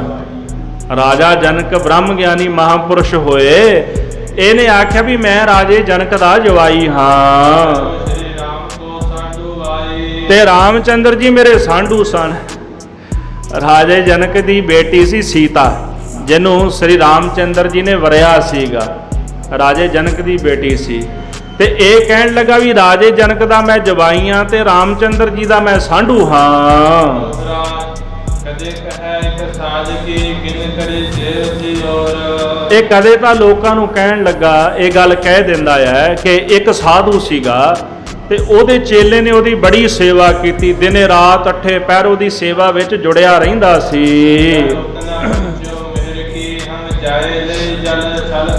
ਜਦੋਂ ਉਹਦੀ ਸੇਵਾ ਸੰਪੂਰਨ ਹੋ ਗਈ ਨਾ, ਮਿਹਰ ਦਾ ਸਮਾਂ ਆਇਆ, ਮਹਾਂਪੁਰਸ਼ਾਂ ਨੇ ਉਹਦੇ ਤੇ ਦਇਆ ਕਰਨੀ ਸੀ, ਉਹ ਵਕਤ ਤੇ ਪਹੁੰਚਿਆ ਨਹੀਂ ਤੇ ਅਚਾਨਕ ਮੈਂ ਚਲਾ ਗਿਆ ਤੇ ਛਲ ਦੇ ਨਾਲ ਮਿਹਰ ਮੈਂ ਲੈ ਲਈ। ਉਹਨਾਂ ਮਹਾਂਪੁਰਸ਼ਾਂ ਨੇ ਮਿਹਰ ਤਾਂ ਆਪਣੇ ਸੇਵਕ ਤੇ ਕਰਨੀ ਸੀ, ਉਹ ਪਹੁੰਚਿਆ ਨਹੀਂ ਸਮੇਂ ਸਿਰ, ਮੈਂ ਪਹੁੰਚ ਗਿਆ ਤੇ ਉਹਨਾਂ ਨੇ ਮੇਰੇ ਤੇ ਮਿਹਰ ਕਰ ਦਿੱਤੀ ਹੈ। ਕਦੀ ਇਹ ਗੱਲ ਬਣਾ ਕੇ ਲੋਕਾਂ ਨੂੰ ਦੱਸਦਾ ਹੈ,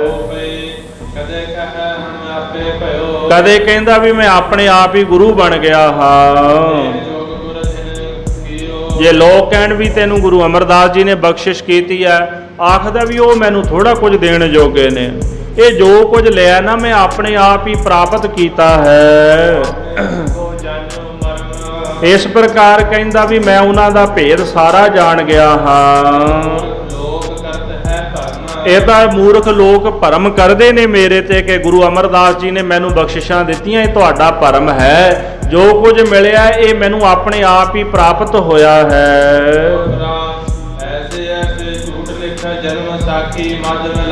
ਇਹੋ ਜਿਹੇ ਝੂਠ ਲਿਖ ਕੇ ਗੁਰੂ ਨਾਨਕ ਸਾਹਿਬ ਮਹਾਰਾਜ ਜੀ ਦੀ ਜਿਹੜੀ ਪਾਵਨ ਜਨਮ ਸਾਖੀ ਹੈ, ਇਹਨੇ ਜਨਮ ਸਾਖੀ ਦੇ ਵਿੱਚ ਇਹ ਇਤਿਹਾਸ ਮਿਲਾ ਦਿੱਤਾ ਹੈ। ਵੇਖੋ ਬਾਣੀ ਨੇ ਕਿੰਨੀ ਮਹਿਮਾ ਕੀਤੀ। ਰਾਮ ਜਪੋ ਜੀ ਐਸੇ ਐਸੇ, ਧੂ ਪ੍ਰਹਿਲਾਦ ਜਪਿਓ ਹਰ ਜੈਸੇ। ਜਿਵੇਂ ਉਹਨਾਂ ਨੇ ਵਾਹਿਗੁਰੂ ਦਾ ਨਾਮ ਜਪਿਆ, ਤੁਸੀਂ ਵੀ ਉਦਾਂ ਜਪੋ। ਇਹਨੇ ਪਤਾ ਕੀ ਲਿਖਿਆ, ਆਖਦਾ ਵੀ ਜਿੱਥੇ ਧਰੂ ਤੇ ਪ੍ਰਹਿਲਾਦ ਨਹੀਂ ਨਾ ਪਹੁੰਚ ਸਕੇ, ਉੱਥੇ ਹਿੰਦਾਲ ਪਹੁੰਚ ਗਿਆ ਹੈ। ਜਿੱਥੇ ਤੱਕ ਧਰੂ ਪ੍ਰਹਿਲਾਦ ਦੀ ਪਹੁੰਚ ਨਹੀਂ, ਉੱਥੇ ਤੱਕ ਹਿੰਦਾਲ ਦੀ ਪਹੁੰਚ ਹੈ। ਇਹੋ ਜਿਹੇ ਬਚਨ ਇਹਨੇ ਜਨਮ ਸਾਖੀ ਵਿੱਚ ਲਿਖੇ। ਜਿਹੜਾ ਮਿਹਰਵਾਨ ਸੀਗਾ, ਬਾਬੇ ਪ੍ਰਿਥੀ ਚੰਦ ਦੇ ਪਰਿਵਾਰ ਵਿੱਚੋਂ ਹੋਇਆ। ਮਿਹਰਵਾਨ ਨੇ, ਬਾਬੇ ਪ੍ਰਿਥੀ ਚੰਦ ਨੇ, ਉਹਨਾਂ ਦੇ ਟੱਬਰ ਨੇ ਬਾਣੀ ਬਣਾਉਣੀ ਸ਼ੁਰੂ ਕਰ ਦਿੱਤੀ ਸੀ। ਨਾਨਕ ਛਾਪ ਦੇ, ਨਾਨਕ ਦਾ ਛਾਪ ਲਾ ਕੇ ਨਾ ਗੁਰੂ ਗ੍ਰੰਥ ਸਾਹਿਬ ਜੀ ਦੀ ਬਾਣੀ ਪੜ੍ਹੋ ਤੇ ਨਾਨਕ ਪਦ ਦੀ ਛਾਪ ਆਉਂਦੀ ਹਰ ਇੱਕ ਸ਼ਬਦ ਵਿੱਚ ਕਰੀਬਨ। ਤੇ ਮਿਹਰਵਾਨ ਆਦਿਕ ਇਹਨਾਂ ਨੇ ਵੀ ਅੱਗੋਂ ਜਾ ਕੇ ਆਪ ਬਾਣੀ ਬਣਾ ਕੇ ਨਾ ਕਵਿਤਾ ਬਣਾ ਲੈਣੀ ਤੇ ਨਾਨਕ ਪਦ ਦੀ ਛਾਪ ਮੋਹਰ ਲਾ ਦੇਣੀ ਸ਼ਬਦ ਦੇ ਅਖੀਰ ਵਿੱਚ। ਫਿਰ ਸਤਿਗੁਰੂ ਗੁਰੂ ਅਰਜਨ ਦੇਵ ਸਾਹਿਬ ਜੀ ਨੂੰ ਗੁਰੂ ਗ੍ਰੰਥ ਸਾਹਿਬ ਜੀ ਦੀ ਸੰਪਾਦਨਾ ਕਰਨੀ ਪਈ। ਸਾਰੀ ਬਾਣੀ ਇਕੱਤਰ ਕਰਕੇ ਗੁਰੂ ਗ੍ਰੰਥ ਸਾਹਿਬ ਜੀ ਦਾ ਸਰੂਪ ਮਹਾਰਾਜ ਨੇ ਤਿਆਰ ਕੀਤਾ। ਤੇ ਇਹ ਕੰਮ ਹਿੰਦਾਲੀਆਂ ਨੇ ਵੀ ਕੀਤਾ। ਉਹਨਾਂ ਨੇ ਆਪਣੀ ਮਰਜ਼ੀ ਨਾਲ ਆਪਣੇ ਕੋਲੋਂ ਝੂਠਾ ਇਤਿਹਾਸ ਬਣਾ ਕੇ ਆਪਣੀ ਮਹਿਮਾ ਜਿਹੜੀ ਸੀ ਉਹ ਜਨਮ ਸਾਖੀ ਦੇ ਵਿੱਚ ਲਿਖ ਦਿੱਤੀ ਹੈ। ਇਸ ਪ੍ਰਕਾਰ ਭਾਈ ਸਾਹਿਬ ਕਹਿੰਦੇ ਝੂਠੇ ਜਿਹੜੇ ਕਿੱਸੇ ਬਣਾ ਕੇ ਤੇ ਉਹਨਾਂ ਨੇ ਲਿਖਣੇ ਸ਼ੁਰੂ ਕਰ ਦਿੱਤੇ ਹਨ। ਭਾਈ ਸਾਹਿਬ ਕਹਿੰਦੇ ਉਹਨੇ ਇੱਕ ਹੋਰ ਝੂਠ ਮਾਰਿਆ, ਜਿੱਥੇ ਉਹਨੇ ਆਪਣਾ ਗੁਰੂ ਲੁਕੋ ਲਿਆ ਹੈ। ਉਹਨੇ ਇੱਕ ਜਿੰਦਾ ਨਾਮ ਦਾ ਪੁਰਸ਼ ਹੈ, ਉਹਨੂੰ ਆਪਣਾ ਗੁਰੂ ਦੱਸ ਦਿੱਤਾ ਵੀ ਉਹ ਮੇਰਾ ਗੁਰੂ ਹੈ। ਇਸ ਨੇ ਇਸ ਤੋਂ ਵੱਡਾ ਵੀ ਗਜਬ ਕਮਾਇਆ, ਪਾਪ ਕੀਤਾ ਹੈ। ਇਹਨੇ ਗੁਰੂ ਨਾਨਕ ਸਾਹਿਬ ਜੀ ਨੂੰ ਜਿੰਦਾ ਕਹਿ ਦਿੱਤਾ ਵੀ ਉਹ ਜਿੰਦਾ ਹਨ। ਅੱਗੇ ਜਾ ਕੇ ਉਹ ਗੱਲ ਖੁੱਲੇਗੀ ਵੀ ਜਿੰਦਾ ਕਿਹਨੂੰ ਕਹਿੰਦੇ ਨੇ। ਇਹਨੇ ਗੁਰੂ ਨਾਨਕ ਸਾਹਿਬ ਜੀ ਦੇ ਬਾਬਤ ਵੀ ਆਖਿਆ ਵੀ ਇਹ ਜਿੰਦਾ ਗੁਰੂ ਹਨ। ਜਿਹੜਾ ਸਿਕੰਦਰ ਬਾਦਸ਼ਾਹ ਸੀ ਨਾ, ਉਹਦਾ ਇੱਕ ਗੁਲਾਮ ਸੀ ਜਿਹਦਾ ਨਾਮ ਜਿੰਦਾ ਸੀਗਾ। ਤੇ ਇਹਨੇ ਗੁਰੂ ਨਾਨਕ ਸਾਹਿਬ ਸੱਚੇ ਪਾਤਸ਼ਾਹ ਜੀ ਦੀ ਜਿਹੜੀ ਜੋਤ ਸੀ ਨਾ, ਆਖਿਆ ਵੀ ਇਹ ਜੋਤ ਹੁਣ ਇਸ ਜਿੰਦਾ ਦੇ ਵਿੱਚ ਆ ਗਈ ਹੈ, ਵੀ ਇਹ ਮੇਰਾ ਗੁਰੂ ਹੈ। ਗੁਰੂ ਨਾਨਕ ਸਾਹਿਬ ਜਿਹੜੇ ਸਨ ਉਹਨਾਂ ਤੋਂ ਜਿੰਦਾ ਪੈਦਾ ਹੋਇਆ ਤੇ ਇਹ ਜਿੰਦਾ ਹੀ ਮੇਰਾ ਗੁਰੂ ਹੈ। ਇਹ ਲੋਕਾਂ 'ਚ ਕਹਿਣ ਲੱਗ ਗਿਆ ਵੀ ਗੁਰੂ ਨਾਨਕ ਸਾਹਿਬ ਜੀ ਨੇ ਉਹ ਜਿਹੜਾ ਜਿੰਦਾ ਗੁਲਾਮ ਹੈ ਉਹਦੇ ਵਿੱਚ ਆਪਣੀ ਜੋਤ ਰੱਖੀ ਤੇ ਉਹਦੇ ਰੂਪ ਵਿੱਚ ਪ੍ਰਗਟ ਹੋ ਗਏ ਹਨ। ਬੀਜਾ। ਕਹਿੰਦਾ ਵੀ ਜਿਹੜੇ ਕਬੀਰ ਜੀ ਸਨ ਤੇ ਗੁਰੂ ਨਾਨਕ ਸਾਹਿਬ ਜੀ ਸਨ, ਉਹ ਭਰਾ ਸਨ। ਬਾਬਾ ਕਬੀਰ ਜੀ ਤੇ ਗੁਰੂ ਨਾਨਕ ਸਾਹਿਬ ਜੀ ਭਰਾ ਸਨ, ਤੇ ਤੀਜਾ ਉਹਨਾਂ ਦਾ ਭਰਾ ਹਿੰਦਾਲ ਬਣ ਗਿਆ। ਇੱਕ ਕਬੀਰ ਸਾਹਿਬ, ਇੱਕ ਗੁਰੂ ਨਾਨਕ ਸਾਹਿਬ, ਤੇ ਤੀਜਾ ਉਹਨਾਂ ਦਾ ਭਰਾ ਹਿੰਦਾਲ ਹੈ। ਜਨਮ ਸਾਖੀ ਮਦ ਲਿਖ ਕਰੀ ਬੀਜਾ। ਇਸ ਪ੍ਰਕਾਰ ਇਹਨੇ ਗੁਰੂ ਨਾਨਕ ਸਾਹਿਬ ਦੀ ਜਨਮ ਸਾਖੀ ਵਿੱਚ ਆਪਣੀ ਸਮਾਨਤਾ ਵਾਲੇ ਬਚਨ ਲਿਖ ਦਿੱਤੇ, ਵੀ ਆਪਣੇ ਆਪ ਨੂੰ ਗੁਰੂ ਸਾਬਤ ਕਰ ਦਿੱਤਾ ਵੀ ਕਬੀਰ ਸਾਹਿਬ ਗੁਰੂ ਨਾਨਕ ਸਾਹਿਬ ਭਰਾ ਤੇ ਮੈਂ ਉਹਨਾਂ ਦਾ ਤੀਜਾ ਭਰਾ, ਵੀ ਮੈਂ ਵੀ ਉਹਨਾਂ ਦੇ ਬਰਾਬਰ, ਉਹਨਾਂ ਦੇ ਤੁਲ ਹਾਂ।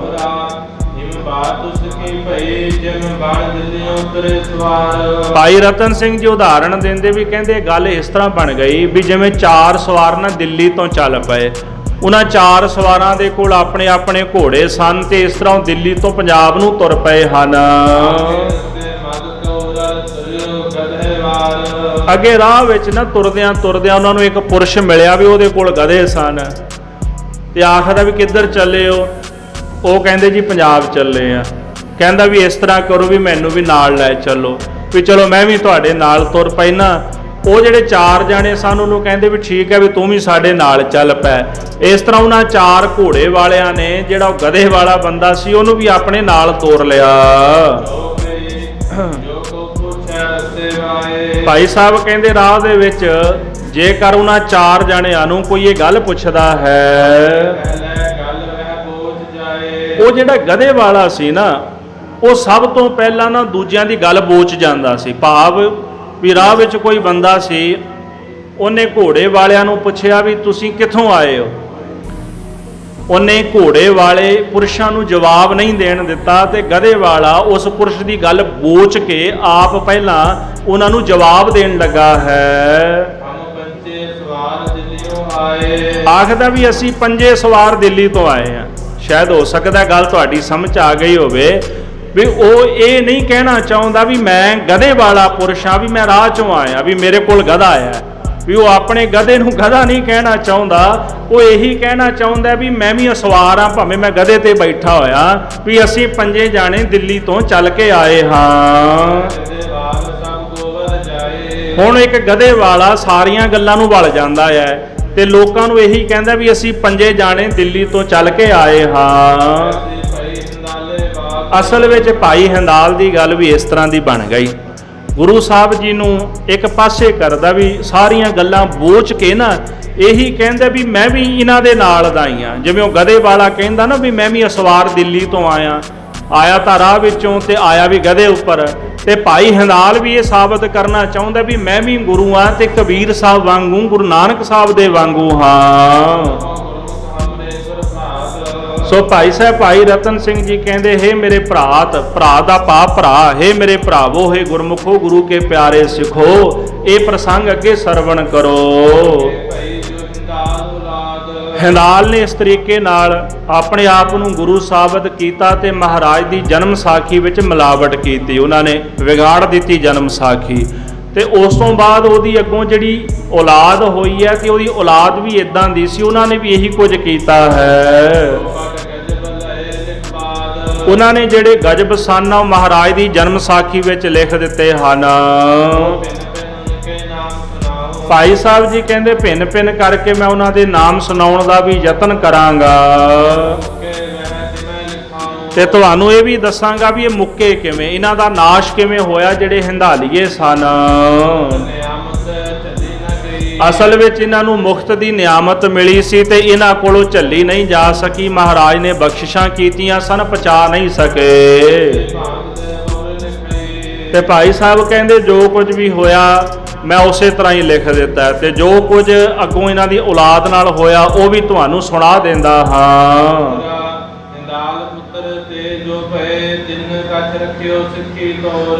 ਅੱਗੋਂ ਹਿੰਦਾਲ ਦਾ ਪੁੱਤਰ ਹੋਇਆ ਭਾਈ ਕਾਨ ਸਿੰਘ ਨਾਭਾ ਦੇ ਮੁਤਾਬਕ ਇਹਦੇ ਪੁੱਤਰ ਦਾ ਨਾਮ ਬਿਧੀ ਚੰਦ ਸੀਗਾ। ਤੇ ਜਿਹੜਾ ਹਿੰਦਾਲ ਦਾ ਪੁੱਤਰ ਸੀ, ਹਾਲਾਂਕਿ ਲਿਖਿਆ ਗਿਆ ਵੀ ਬੜਾ ਕੁਕਰਮੀ ਸੀ, ਕੁਝ ਕਿਨੇ ਸਿੱਖੀ ਦੇ ਤੌਰ ਤਰੀਕੇ ਰੱਖਣ ਦਾ ਯਤਨ ਜ਼ਰੂਰ ਕੀਤਾ ਹੈ। ਅੱਗੋਂ ਭਾਈ ਹਿੰਦਾਲ ਦੇ ਜਿਹੜੇ ਪੋਤਰੇ ਹੋਏ ਸਨ ਉਹ ਸਿੱਖੀ ਤੋਂ ਬਿਲਕੁਲ ਕੋਰੇ ਸਨ।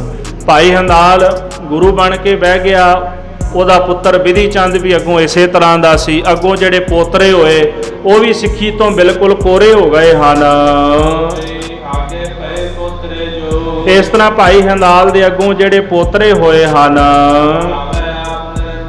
ਉਹ ਆਪਣੇ ਆਪ ਨੂੰ ਨਰਿੰਜਨੀਏ ਖਵਾਉਂਦੇ ਹਨ। ਉਹਨਾਂ ਨੇ ਗੁਰੂ ਘਰ ਨੂੰ ਮੰਨਣਾ ਛੱਡ ਦਿੱਤਾ, ਕਿਉਂਕਿ ਭਾਈ ਹੰਦਾਲ ਨੇ ਨਰਿੰਜਨੀਆਂ ਕਿਹਾ ਆਪਣੇ ਆਪ ਨੂੰ। ਸਿੱਖੀ ਦਾ ਨਾਮ ਇੱਕ ਪਾਸੇ ਕਰ ਦਿੱਤਾ, ਸਿੱਖੀ ਲੁਕੋ ਦਿੱਤੀ ਵੀ ਅਸੀਂ ਗੁਰੂ ਦੇ ਸਿੱਖ ਨਹੀਂ। ਆਪਣੇ ਆਪ ਨੂੰ ਨਰਿੰਜਨੀਏ ਕਹਿਣ ਲੱਗ ਪਏ ਤੇ ਗੁਰੂ ਘਰ ਨੂੰ ਮੰਨਣਾ ਛੱਡ ਦਿੱਤਾ। ਸਗੋਂ ਉਹਨਾਂ ਨੇ ਗੁਰੂ ਘਰਾਂ ਵਿੱਚੋਂ ਚੋਰੀ ਕਰਨੀ ਸ਼ੁਰੂ ਕਰ ਦਿੱਤੀ। ਜਿੱਥੇ ਵੀ ਗੁਰੂ ਘਰ ਆਉਣਾ ਤੇ ਗੁਰੂ ਘਰ ਵਿੱਚ ਵੜ ਕੇ ਤੇ ਗੋਲਕ ਦੀ ਮਾਇਆ ਚੁੱਕ ਲੈਣੀ, ਉਥੋਂ ਕੀਮਤੀ ਸਾਜੋ ਸਮਾਨ ਚੁੱਕ ਕੇ ਲੈ ਜਾਣਾ। ਸ੍ਰੀ ਹਰਿਮੰਦਰ ਸਾਹਿਬ ਜਿਹੜੇ ਦਰਬਾਰ ਸਾਹਿਬ ਦੇ ਅੰਦਰ ਚੰਦੋਏ ਲੱਗਦੇ ਹਨ, ਇਹਨਾਂ ਨੇ ਉਹ ਜਿਹੜੇ ਚੰਦੋਏ ਵੀ ਲਾਹ ਕੇ ਮੰਗਵਾਏ ਸਨ। ਕਈ ਵਾਰੀ ਆਪਣੇ ਵਾਸਤੇ ਉਹ ਦਰਬਾਰ ਸਾਹਿਬ ਦੇ ਚੰਦੋਏ ਜਿਹੜੇ ਲਵਾ ਕੇ ਮੰਗਾ ਲਏ। ਇਸ ਤਰ੍ਹਾਂ ਹੀ ਚੋਰੀ ਕਰਨ ਲੱਗ ਪਏ। ਇਹੋ ਜਿਹੀਆਂ ਨੀਚ ਹਰਕਤਾਂ ਤੇ ਉਤਰ ਆਏ ਹਨ। ਆਪਸ ਵਿੱਚ ਕਰਤਾਰ ਕਰਤਾਰ ਕਹਿੰਦੇ ਹਨ। ਜੇ ਕੋਈ ਸਿੱਖ ਮਿਲ ਜਾਣਾ ਉਹਨਾਂ ਨੇ ਫਤਿਹ ਬੁਲਾਉਣੀ, ਵਾਹਿਗੁਰੂ ਕਹਿਣਾ ਤੇ ਚੁੱਪ ਹੋ ਜਾਣਾ, ਜਵਾਬ ਨਹੀਂ ਦੇਣਾ ਵਾਹਿਗੁਰੂ ਸ਼ਬਦ ਦਾ। ਬਸ ਕੇਵਲ ਕਰਤਾਰ ਕਰਤਾਰ ਦਾ ਹੀ ਜਵਾਬ ਦਿੰਦੇ ਹਨ। ਕਿਤੇ ਆਖਦੇ ਨੇ ਵੀ ਗੁਰੂ ਨਾਨਕ ਸਾਹਿਬ ਵਾਲਾ ਸਾਡਾ ਪੰਥ ਹੈ, ਤੇ ਕਿਤੇ ਕਹਿੰਦੇ ਨੇ ਵੀ ਜਿਹੜਾ ਉਹ ਸਿਕੰਦਰ ਦਾ ਗੁਲਾਮ ਜਿੰਦਾ ਪੀਰ ਸੀ ਨਾ, ਅਸੀਂ ਉਹਨੂੰ ਗੁਰੂ ਧਾਰਨ ਕੀਤਾ ਹੈ। ਤੇ ਮੁਸਲਮਾਨਾਂ ਦੇ ਨਾਲ ਸਨੇਹ ਰੱਖਦੇ ਨੇ, ਉਹਨਾਂ ਨਾਲ ਪ੍ਰੇਮ ਬਣਾ ਕੇ ਰੱਖਦੇ ਹਨ। ਜਮਾਤੀ ਬਣ ਗਏ ਜਿਹੜੇ ਸੁਲਤਾਨੀਏ ਨੇ, ਸਰਵਰ ਨੂੰ ਮੰਨਣ ਵਾਲੇ ਸਖੀ ਸਰਵਰ ਦੇ ਚੇਲੇ, ਉਹਨਾਂ ਦੇ ਨਾਲ ਮਿਲ ਮਿਲ ਕੇ ਇੱਕੋ ਥਾਲ ਦੇ ਵਿੱਚ ਖਾਂਦੇ ਨੇ ਤੇ ਸਿੰਘਾਂ ਦੇ ਨਾਲ ਇਹ ਵੈਰ ਕਮਾਉਂਦੇ ਹਨ। ਸਾਧ ਸੰਗਤ ਜੀ, ਇਹਨਾਂ ਵਿੱਚ ਸਭ ਤੋਂ ਵੱਡਾ ਦੁਸ਼ਟ ਹਰ ਭਗਤ ਨਰਿੰਜਨੀਆ ਹੋਇਆ ਹੈ। ਅਸਲ ਵਿੱਚ ਜਦੋਂ ਸਿੰਘਾਂ ਤੇ ਮਾੜਾ ਸਮਾਂ ਚੱਲਦਾ ਸੀ ਨਾ, ਜਿਹੜਾ ਹਰ ਭਗਤ ਨਰਿੰਜਨੀਆ ਜੰਡਿਆਲੇ ਵਾਲਾ ਸੀ, ਇਹਨੇ ਸਭ ਤੋਂ ਜ਼ਿਆਦਾ ਸਿੱਖਾਂ ਦਾ ਕਤਲ ਕਰਵਾਇਆ ਉਸ ਸਮੇਂ ਦੇ ਵਿੱਚ। ਇਸ ਤੋਂ ਪਹਿਲਾਂ ਉਹ ਭਾਵੇਂ ਬੁਰੇ ਸਨ, ਮਾੜੇ ਸਨ, ਪਰ ਜਿਹੜਾ ਕੰਮ ਹਰ ਭਗਤ ਨਰਿੰਜਨੀਆ ਕਰਦਾ ਰਿਹਾ ਉਹ ਕਿਸੇ ਨਾ ਕੀਤਾ। ਇਹ ਮੁਖਬਰੀ ਕਰਦਾ ਸੀ, ਮੁਖਬਰ ਸੀ ਸਰਕਾਰ ਦਾ। ਜਿੱਥੇ ਕਿਤੇ ਇਹਨੂੰ ਸਿੱਖ ਮਿਲਣਾ, ਇਹਨੇ ਜਾ ਕੇ ਤੁਰਕਾਂ ਨੂੰ ਖਬਰ ਲਾ ਦੇਣੀ। ਗਰੀਬ ਕਿਰਤੀ ਸਿੱਖ ਮਰਵਾ ਦਿੱਤੇ। ਆਪਣੇ ਨਾਲ ਤੁਰਕਾਂ ਦੀ ਫੌਜ ਰੱਖਦਾ ਸੀ ਤੇ ਜਿੱਥੇ ਵੀ ਸਿੱਖ ਹੋਣਾ ਤੇ ਤੁਰਕਾਂ ਦੀ ਫੌਜ ਘਰੇ ਭੇਜ ਦੇਣੀ, ਸਿੱਖਾਂ ਦੀ ਜਾਓ ਜਾ ਕੇ ਗ੍ਰਿਫਤਾਰ ਕਰ ਲਓ। ਜਿੱਥੇ ਆਪਣਾ ਵਸ ਚੱਲਦਾ ਆਪਣੇ ਹੱਥਾਂ ਨਾਲ ਸਿੰਘਾਂ ਨੂੰ ਮਾਰ ਦਿੰਦਾ। ਐਡਾ ਹੀ ਦੁਸ਼ਟ ਸੀਗਾ। ਸੋ ਇਸ ਪ੍ਰਕਾਰ ਹਰ ਭਗਤ ਨਰਿੰਜਨੀਆ ਇਹਨਾਂ ਦੇ ਵਿੱਚ ਪ੍ਰਗਟ ਹੋਇਆ।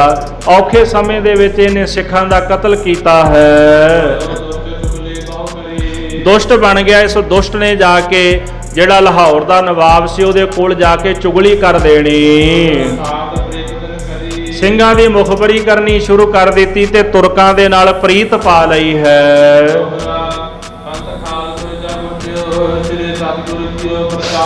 ਜਦੋਂ ਪੰਥ ਖਾਲਸਾ ਪ੍ਰਗਟ ਹੋਇਆ, ਗੁਰੂ ਕੇ ਖਾਲਸੇ ਨੇ ਮਹਾਰਾਜ ਸਤਿਗੁਰੂ ਜੀ ਦੇ ਪੰਥ ਦਾ ਪ੍ਰਚਾਰ ਕੀਤਾ, ਸਿੱਖੀ ਦਾ ਪ੍ਰਚਾਰ ਕੀਤਾ ਹੈ। ਉਹਨਾਂ ਸਮਿਆਂ ਦੇ ਵਿੱਚ ਸਿੰਘ ਜਦੋਂ ਕਿਤੇ ਯਾਤਰਾ ਤੇ ਜਾਂਦੇ ਸਨ ਜਾਂ ਕਿਸੇ ਇਲਾਕੇ ਵਿੱਚ ਯਾਤਰਾ ਕਰਦੇ ਸਨ ਤੇ ਉਹ ਸਿੱਖਾਂ ਦੇ ਘਰ ਵਿੱਚ ਰੁਕ ਜਾਂਦੇ ਸਨ। ਹੁਣ ਇਹਨੇ ਪਹਿਰਾਵਾ ਤਾਂ ਸਿੱਖਾਂ ਵਰਗਾ ਹੀ ਬਣਾਇਆ ਸੀ ਤੇ ਜਦੋਂ ਵੀ ਕੋਈ ਸਿੱਖ ਇਹਦੇ ਘਰ ਵਿੱਚ ਆਉਂਦਾ ਸੀ ਵੀ ਚਲੋ ਇਹ ਗੁਰੂ ਸਾਹਿਬ ਦਾ ਸਿੱਖ ਹੈ, ਪਰ ਉਹਨਾਂ ਨੂੰ ਕੀ ਪਤਾ ਸੀ ਵੀ ਇਹ ਦੁਸ਼ਟ ਨੇ। ਉਹਨਾਂ ਦੇ ਘਰ ਦੇ ਵਿੱਚ ਰੁਕ ਜਾਣਾ ਤੇ ਇਹਨੇ ਫੜ ਆਪ ਦੇ ਤੇ ਸਮਾਰ ਉਹਨਾਂ ਸਿੱਖਾਂ ਨੂੰ ਫੜ ਕੇ ਮਾਰ ਦੇਣਾ। ਸਿੱਖਾਂ ਨੇ ਮਾਨ ਕਰਕੇ ਰੁਕਣਾ ਵੀ ਇਹ ਸਿੱਖ ਹੈ। ਜਿਹੜਾ ਸਿੱਖ ਘਰ ਵਿੱਚ ਆਉਣਾ ਤੇ ਇਹਨੇ ਸਿੱਖ ਦਾ ਕਤਲ ਕਰ ਦੇਣਾ। ਕਈ ਸਿੱਖਾਂ ਨੂੰ ਪਕੜ ਕੇ ਗ੍ਰਿਫਤਾਰ ਕਰਵਾ ਕੇ ਲਾਹੌਰ ਪਹੁੰਚਾ ਦਿੰਦਾ ਹੈ। ਸਿੱਖਾਂ ਨੂੰ ਗ੍ਰਿਫਤਾਰ ਕਰਨ ਦੇ ਬਦਲੇ ਬਹੁਤ ਸਾਰਾ ਇਨਾਮ ਲੈ ਕੇ ਖਾਂਦਾ ਹੈ।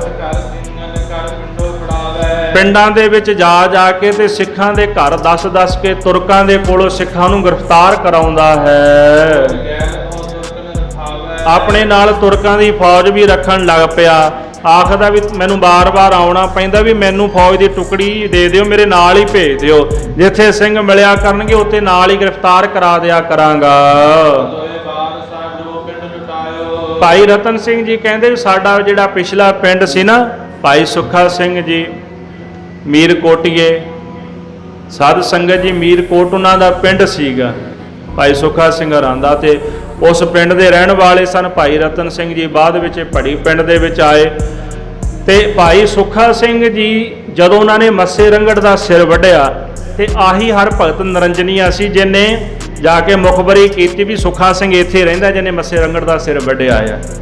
ਉਹਨਾਂ ਨੇ ਆ ਕੇ ਭਾਈ ਸੁੱਖਾ ਸਿੰਘ ਜੀ ਦਾ ਪਿੱਛਾ ਕੀਤਾ ਤੇ ਭਾਈ ਰਤਨ ਸਿੰਘ ਕਹਿੰਦੇ ਵੀ ਮੀਰਕੋਟ ਜਿਹੜਾ ਸਾਡਾ ਪਿੰਡ ਸੀਗਾ ਇਹ ਹਰ ਭਗਤ ਨਿਰੰਜਨੀਆ ਨੇ 2 ਵਾਰੀ ਲੁਟਾਇਆ ਤੁਰਕਾਂ ਨੂੰ ਕਹਿ ਕੇ ਵੀ ਸੁੱਖਾ ਸਿੰਘ ਇਸ ਪਿੰਡ ਵਿੱਚ ਰਹਿੰਦਾ ਹੈ। ਇਸ ਤਰ੍ਹਾਂ ਮੇਰੇ ਬਾਪ ਭਾਵ ਮੇਰੇ ਪਿਤਾ ਜੀ ਤੇ ਮੇਰਾ ਜਿਹੜਾ ਦਾਦਾ ਸੀਗਾ, ਦਾਦਾ ਭਾਈ ਸੁੱਖਾ ਸਿੰਘ ਸਨ ਤੇ ਇਸ ਪ੍ਰਕਾਰ ਭਾਈ ਸੁੱਖਾ ਸਿੰਘ ਦੇ ਪੋਤਰੇ ਸਨ ਭਾਈ ਰਤਨ ਸਿੰਘ। ਉਹਨਾਂ ਨੇ ਸਾਡੇ ਬਾਪ ਦਾਦੇ ਨੂੰ ਸਾਡੇ ਪਿੰਡ ਵਿੱਚੋਂ ਬਾਹਰ ਕਢਵਾ ਦਿੱਤਾ ਹੈ। ਇਸ ਤੋਂ ਬਾਅਦ ਉਹਨਾਂ ਦੇ ਮਗਰੋਂ ਜਿਹੜੇ ਪੜਪੋਤਰੇ ਹੋਏ ਹਨ, ਇੱਕ ਦਾ ਨਾਮ ਕਿਰਪਾਲ ਸੀ ਤੇ ਦੂਜੇ ਦਾ ਨਾਮ ਦਿਆਲ ਸੀ। ਜਦੋਂ ਅਹਿਮਦ ਸ਼ਾਹ ਅਬਦਾਲੀ ਪੰਜਾਬ ਦੇ ਵਿੱਚ ਆਇਆ ਤੇ ਇਹ ਮੂਹਰੇ ਲੱਗ ਕੇ ਨਾ ਸਿੱਖਾਂ ਦੇ ਘਰ ਦੱਸਦੇ ਸਨ, ਜਿਹੜੇ ਕਿਰਪਾਲ ਤੇ ਦਿਆਲ ਨਿਰੰਜਨੀਏ ਸਨ, ਅਬਦਾਲੀ ਦੇ ਮੂਹਰੇ ਲੱਗ ਕੇ ਨੇ ਲੈ ਕੇ ਜਾਣਾ ਵੀ ਇੱਥੇ ਸਿੱਖ ਰਹਿੰਦੇ ਨੇ, ਇੱਥੇ ਸਿੱਖ ਰਹਿੰਦੇ ਨੇ। ਇਸ ਤਰ੍ਹਾਂ ਦੱਸ ਕੇ ਸਿੰਘਾਂ ਦਾ ਕਤਲ ਕਰਵਾਇਆ ਹੈ। ਇਹਨਾਂ ਨੇ ਮੁਖਬਰੀ ਕਰਕੇ ਆਗੂ ਬਣ ਕੇ ਅਬਦਾਲੀ ਦਾ ਤੇ ਸਿੱਖਾਂ ਨੂੰ ਮਰਵਾ ਦਿੱਤਾ। ਮਲੇਰਾ ਪਾਈ ਦਾ ਭਾਵ ਮਲੇਰਕੋਟਲੇ ਦੇ ਨਜ਼ਦੀਕ ਜਿਹੜਾ ਵੱਡਾ ਘੱਲੂ ਘਾਰਾ ਹੋਇਆ ਹੈ, ਉਸ ਵੱਡੇ ਘੱਲੂ ਘਾਰੇ ਵਿੱਚ 3 ਘੱਲੂ ਘਾਰੇ ਹੋਏ, ਇੱਕ ਛੋਟਾ ਘੱਲੂ ਘਾਰਾ, ਇੱਕ ਵੱਡਾ ਤੇ 1984 ਵਾਲਾ ਘੱਲੂ ਘਾਰਾ। ਇਹ 3 ਘੱਲੂ ਘਾਰੇ ਮੰਨੇ ਜਾਂਦੇ ਨੇ ਤੇ ਜਿਹੜਾ ਸਭ ਤੋਂ ਵੱਡਾ ਘੱਲੂ ਘਾਰਾ ਸੀਗਾ ਉਹਦੇ ਵਿੱਚ ਕਰੀਬਨ 30,000 ਸਿੰਘ ਸਿੰਘਣੀਆਂ, ਬੱਚੇ ਤੇ ਬਜ਼ੁਰਗ ਜਿਹੜੇ ਸ਼ਹੀਦ ਹੋ ਗਏ ਸਨ, ਕਿਉਂਕਿ ਪਰਿਵਾਰ ਸਨ ਸਿੰਘਾਂ ਦੇ ਨਾਲ। ਬੜਾ ਨੁਕਸਾਨ ਹੋਇਆ ਸਿੱਖਾਂ ਦਾ ਉਸ ਵਕਤ। ਤੇ ਇਹ ਜਿਹੜਾ ਵੱਡਾ ਘੱਲੂ ਘਾਰਾ ਕਰਵਾਉਣ ਵਿੱਚ ਵੀ ਇਹ ਹਰ ਭਗਤ ਨਿਰੰਜਨੀਆਂ ਦਾ ਸਭ ਤੋਂ ਵੱਡਾ ਹੱਥ ਸੀ। ਤੇ ਉਹਨਾਂ ਦੇ ਜਿਹੜੇ ਪੜਪੋਤਰੇ ਸਨ ਕਿਰਪਾਲ ਤੇ ਦਿਆਲ, ਇਹਨਾਂ ਨੇ ਆਪ ਅਬਦਾਲੀ ਨੂੰ ਦੱਸ ਕੇ ਤੇ ਸਿੰਘਾਂ ਦਾ ਕਤਲ ਕਰਵਾਇਆ ਹੈ। ਉਸ ਤੋਂ ਬਾਅਦ ਜਦੋਂ ਸਿੰਘਾਂ ਨੂੰ ਪਤਾ ਲੱਗ ਗਿਆ ਨਾ ਵੀ ਇਹਨਾਂ ਦੋਹਾਂ ਦੀਆਂ ਕਰਤੂਤਾਂ ਨੇ, ਤੇ ਸਿੰਘਾਂ ਨੇ ਆ ਕੇ ਨਾ ਫਿਰ ਜਿੱਥੇ ਰਹਿੰਦੇ ਸਨ ਜੰਡਿਆਲੇ, ਉੱਥੇ ਆ ਕੇ 4 ਚੁਫੇਰੇ ਘੇਰਾ ਪਾ ਲਿਆ ਹੈ। ਤੇ ਸਾਧ ਸੰਗਤ ਜੀ ਅਹਿਮਦ ਸ਼ਾਹ ਅਬਦਾਲੀ ਉਸ ਵਕਤ ਲਾਹੌਰ ਬੈਠਾ ਸੀ ਜਦੋਂ ਸਿੰਘਾਂ ਨੇ ਆ ਕੇ ਘੇਰਾ ਪਾਇਆ ਦੋਹਾਂ ਜਾਣਿਆਂ ਨੂੰ। ਤੇ ਇਧਰ ਇਹਨਾਂ ਨੇ ਅਹਿਮਦ ਸ਼ਾਹ ਅਬਦਾਲੀ ਨੂੰ ਖਬਰ ਭੇਜ ਦਿੱਤੀ ਵੀ ਅੱਗੇ ਤੈਨੂੰ ਲੋੜ ਸੀ, ਅਸਾਂ ਤੇਰੀ ਮਦਦ ਕੀਤੀ, ਹੁਣ ਤੂੰ ਸਾਡੀ ਆ ਕੇ ਮਦਦ ਕਰ। ਤੇ ਅਹਿਮਦ ਸ਼ਾਹ ਅਬਦਾਲੀ ਫਿਰ ਇਹਨਾਂ ਦੀ ਮਦਦ ਕਰਨ ਵਾਸਤੇ ਆਇਆ ਹੈ। ਬੜਾ ਉੱਥੇ ਘਮਸਾਨ ਦਾ ਜੰਗ ਹੋਇਆ ਤੇ ਸਿੰਘਾਂ ਨੇ ਅਹਿਮਦ ਸ਼ਾਹ ਅਬਦਾਲੀ ਨੂੰ ਇੱਥੋਂ ਭਜਾਇਆ। ਫਿਰ ਮੁਰਦਿਆਂ ਦੇ ਵਿੱਚ ਪੈ ਕੇ ਅਹਿਮਦ ਸ਼ਾਹ ਅਬਦਾਲੀ ਨੇ ਆਪਣੀ ਜਾਨ ਬਚਾਈ ਸੀ। ਉਸ ਤੋਂ ਬਾਅਦ ਇਹ ਦੋਨੇ ਜਾਣੇ ਇਹਨਾਂ ਨੇ ਵੇਖਿਆ ਵੀ ਸਿੰਘਾਂ ਦੇ ਨਾਲ ਤਾਂ ਹੁਣ ਮੇਰਾ ਵੱਸ ਨਹੀਂ ਚੱਲਣਾ, ਸਿੰਘਾਂ ਦੇ ਨਾਲ ਸਾਡਾ ਵੱਸ ਨਹੀਂ ਚੱਲਣਾ, ਤੇ ਕਿਉਂ ਨਾ ਇਹਨਾਂ ਦੇ ਨਾਲ ਮਿਲਾਪ ਕਰ ਲਈਏ। ਦੋਨੇ ਜਾਣੇ ਖਾਲਸੇ ਦੀ ਸ਼ਰਨ ਵਿੱਚ ਆ ਗਏ ਤੇ ਆ ਕੇ ਮਾਫੀ ਮੰਗ ਲਈ ਹੈ। ਕਾਫੀ ਸਮਾਂ ਸਿੰਘਾਂ ਦੇ ਨਾਲ ਚੱਲਦੇ ਰਹੇ, ਵਿਚਰਦੇ ਰਹੇ। ਇੱਕ ਦਿਨ ਕਿਸੇ ਸਮੇਂ ਕਿਸੇ ਜਗ੍ਹਾ ਤੇ ਕਹਿ ਲਓ ਅਚਾਨਕ ਆਪਸ 'ਚ ਸਿੰਘਾਂ ਦੀ ਲੜਾਈ ਹੋ ਗਈ। ਉਦੋਂ ਵੀ ਮਿਸਲਾਂ ਵਿੱਚ ਥੋੜਾ ਬਹੁਤਾ ਮਤਭੇਦ ਤਾਂ ਚੱਲਦਾ ਸੀ, ਪਰ ਸਾਡੇ ਵਾਂਗੂ ਨਹੀਂ ਸੀ ਕਰਦੇ ਜਿਵੇਂ ਸਾਡੇ ਅੱਜ ਕੱਲ੍ਹ ਕਰਦੇ ਨੇ। ਆਪਸ ਵਿੱਚ ਕਿਤੇ ਸਿੰਘਾਂ ਦੀ ਲੜਾਈ ਹੋ ਗਈ ਹੈ। ਕਿਰਪਾਲ ਸਿੰਘਾਂ ਦੀ ਮਦਦ ਕਰਨ ਵਾਸਤੇ ਗਿਆ ਸੀ, ਪਰ ਉਸ ਲੜਾਈ ਵਿੱਚ ਕਿਰਪਾਲ ਮਾਰਿਆ ਗਿਆ ਤੇ ਦਿਆਲ ਬਚ ਗਿਆ ਹੈ।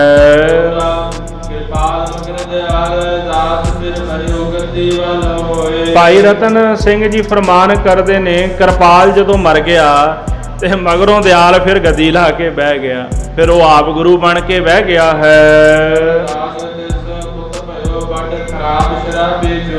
ਦਿਆਲ ਦਾਸ ਦਾ ਕੋ ਪੁੱਤਰ ਹੋਇਆ ਜਿਹਦਾ ਨਾਮ ਸੀ ਸ਼ਰਨ ਦਾਸ। ਇਹ ਬੜਾ ਵੱਡਾ ਸ਼ਰਾਬੀ ਕਬਾਬੀ ਤੇ ਵਿਕਾਰੀ ਪੁਰਸ਼ ਸੀਗਾ। ਤੇ ਦਿਆਲ ਦਾਸ ਤੋਂ ਬਾਅਦ ਸ਼ਰਨ ਦਾਸ ਹਰ ਭਗਤ ਨਿਰੰਜਨੀਏ ਵਾਲੀ ਗੱਦੀ ਤੇ ਬਹਿ ਗਿਆ ਹੈ। ਬੜਾ ਵੱਡਾ ਇਹਦਾ ਕੱਦ ਸੀਗਾ, ਕਹਿ ਲੋ ਵੀ 7-8 ਫੁੱਟ ਇਹਦਾ ਕੱਦ ਸੀ, ਜਵਾਨ ਬੜਾ ਸੀ। ਇਸ ਤਰ੍ਹਾਂ ਮੰਨ ਲਓ ਵੀ ਐਡਾ ਜਵਾਨ ਸੀ, ਕੱਲਾ ਜਾਣਾ ਬੱਕਰਾ ਖਾ ਜਾਂਦਾ ਸੀਗਾ, ਚਟੰਗਾ ਕੱਲਾ ਹੀ ਖਾ ਜਾਂਦਾ ਸੀ, ਵੀ ਇੰਨਾ ਮੀਟ ਖਾ ਜਾਣਾ ਤੇ ਬਲੀ ਸੀਗਾ। ਪਰ ਬਹੁਤ ਵੱਡਾ ਕਾਮੀ ਪੁਰਸ਼ ਸੀ, ਜਿਹਨੇ ਮਾਸ ਖਾਣਾ ਹੈ ਉਹਨੇ ਵਿਕਾਰੀ ਤਾਂ ਹੋਣਾ ਹੀ ਹੋਣਾ ਹੈ। ਜਾਨਵਰ ਖਾਣ ਦੇ ਨਾਲ ਕੋਈ ਬੰਦੇ ਦੀ ਬਿਰਤੀ ਸਦੋ ਗੁਣ ਥੋੜਾ ਬਣਦੀ ਹੈ। ਤੇ ਭਾਈ ਸਾਹਿਬ ਜੀ ਕਹਿੰਦੇ ਸਭ ਤੋਂ ਵੱਡੋ ਕਾਮੀ ਉਹ ਹੋ, ਇਹ ਕਾਮੀ ਸੀ, ਬਹੁਤ ਵੱਡਾ ਵਿਕਾਰੀ ਹੈ। ਮਸਲਾ ਇਹ ਹੋ ਗਿਆ, ਜਿਵੇਂ ਅੱਜ ਕੱਲ ਬਾਬਿਆਂ ਦਾ ਹਾਲ ਹੈ ਨਾ, ਇਹੀ ਹਾਲ ਇਹਦਾ ਸੀਗਾ। ਅੱਜ ਕੱਲ ਵਾਲੇ ਪਖੰਡੀ ਵੀ ਇਹੀ ਕੁਝ ਕਰਦੇ ਨੇ। ਤਾਂ ਹੀ ਤਾਂ ਫਿਰ ਭਗਤਾਂ ਨੂੰ ਕਹਿਣਾ ਪਿਆ, ਇਹ ਹਰ ਕੇ ਸੰਤ ਨਾ ਆਖੀਐ ਬਨਾਰਸ ਕੇ ਠੱਗ, ਇਹ ਤਾਂ ਠੱਗ ਨੇ, ਇਹ ਹਰੀ ਦੇ ਸੰਤ ਨਹੀਂ, ਵਾਹਿਗੁਰੂ ਦੇ ਪਿਆਰੇ ਨਹੀਂ। ਇਹਨਾਂ ਭੇਖ ਦਾ ਬਣਾਇਆ ਹੋਇਆ, ਪਰ ਭੇਖ ਦੇ ਅੰਦਰ ਗਧੇ ਦੀ, ਅਸਲ ਵਿੱਚ ਸ਼ੇਰ ਦੀ ਖਲ ਵਿੱਚ ਗਧੇ ਬੈਠੇ ਹੋਏ ਨੇ ਆ ਕੇ। ਅਸਲੀਅਤ ਇਹ ਆ, ਭਾਈ ਸਾਹਿਬ ਨੇ ਤਾਂ ਪਿੱਛੇ ਉਦਾਹਰਣਾਂ ਦਿੱਤੀਆਂ ਨੇ ਜਿਹੜੀਆਂ। ਤੇ ਸਾਧ ਸੰਗਤ ਜੀ, ਸੰਗਤ ਵਿੱਚ ਕਿਸੇ ਦੀ ਧੀ, ਕਿਸੇ ਦੀ ਬਹੂ ਬੇਟੀ ਆਣੀ ਤੇ ਇਹਨੇ ਕੁਕਰਮ ਕਰਨੇ ਸ਼ੁਰੂ ਕਰ ਦਿੱਤੇ।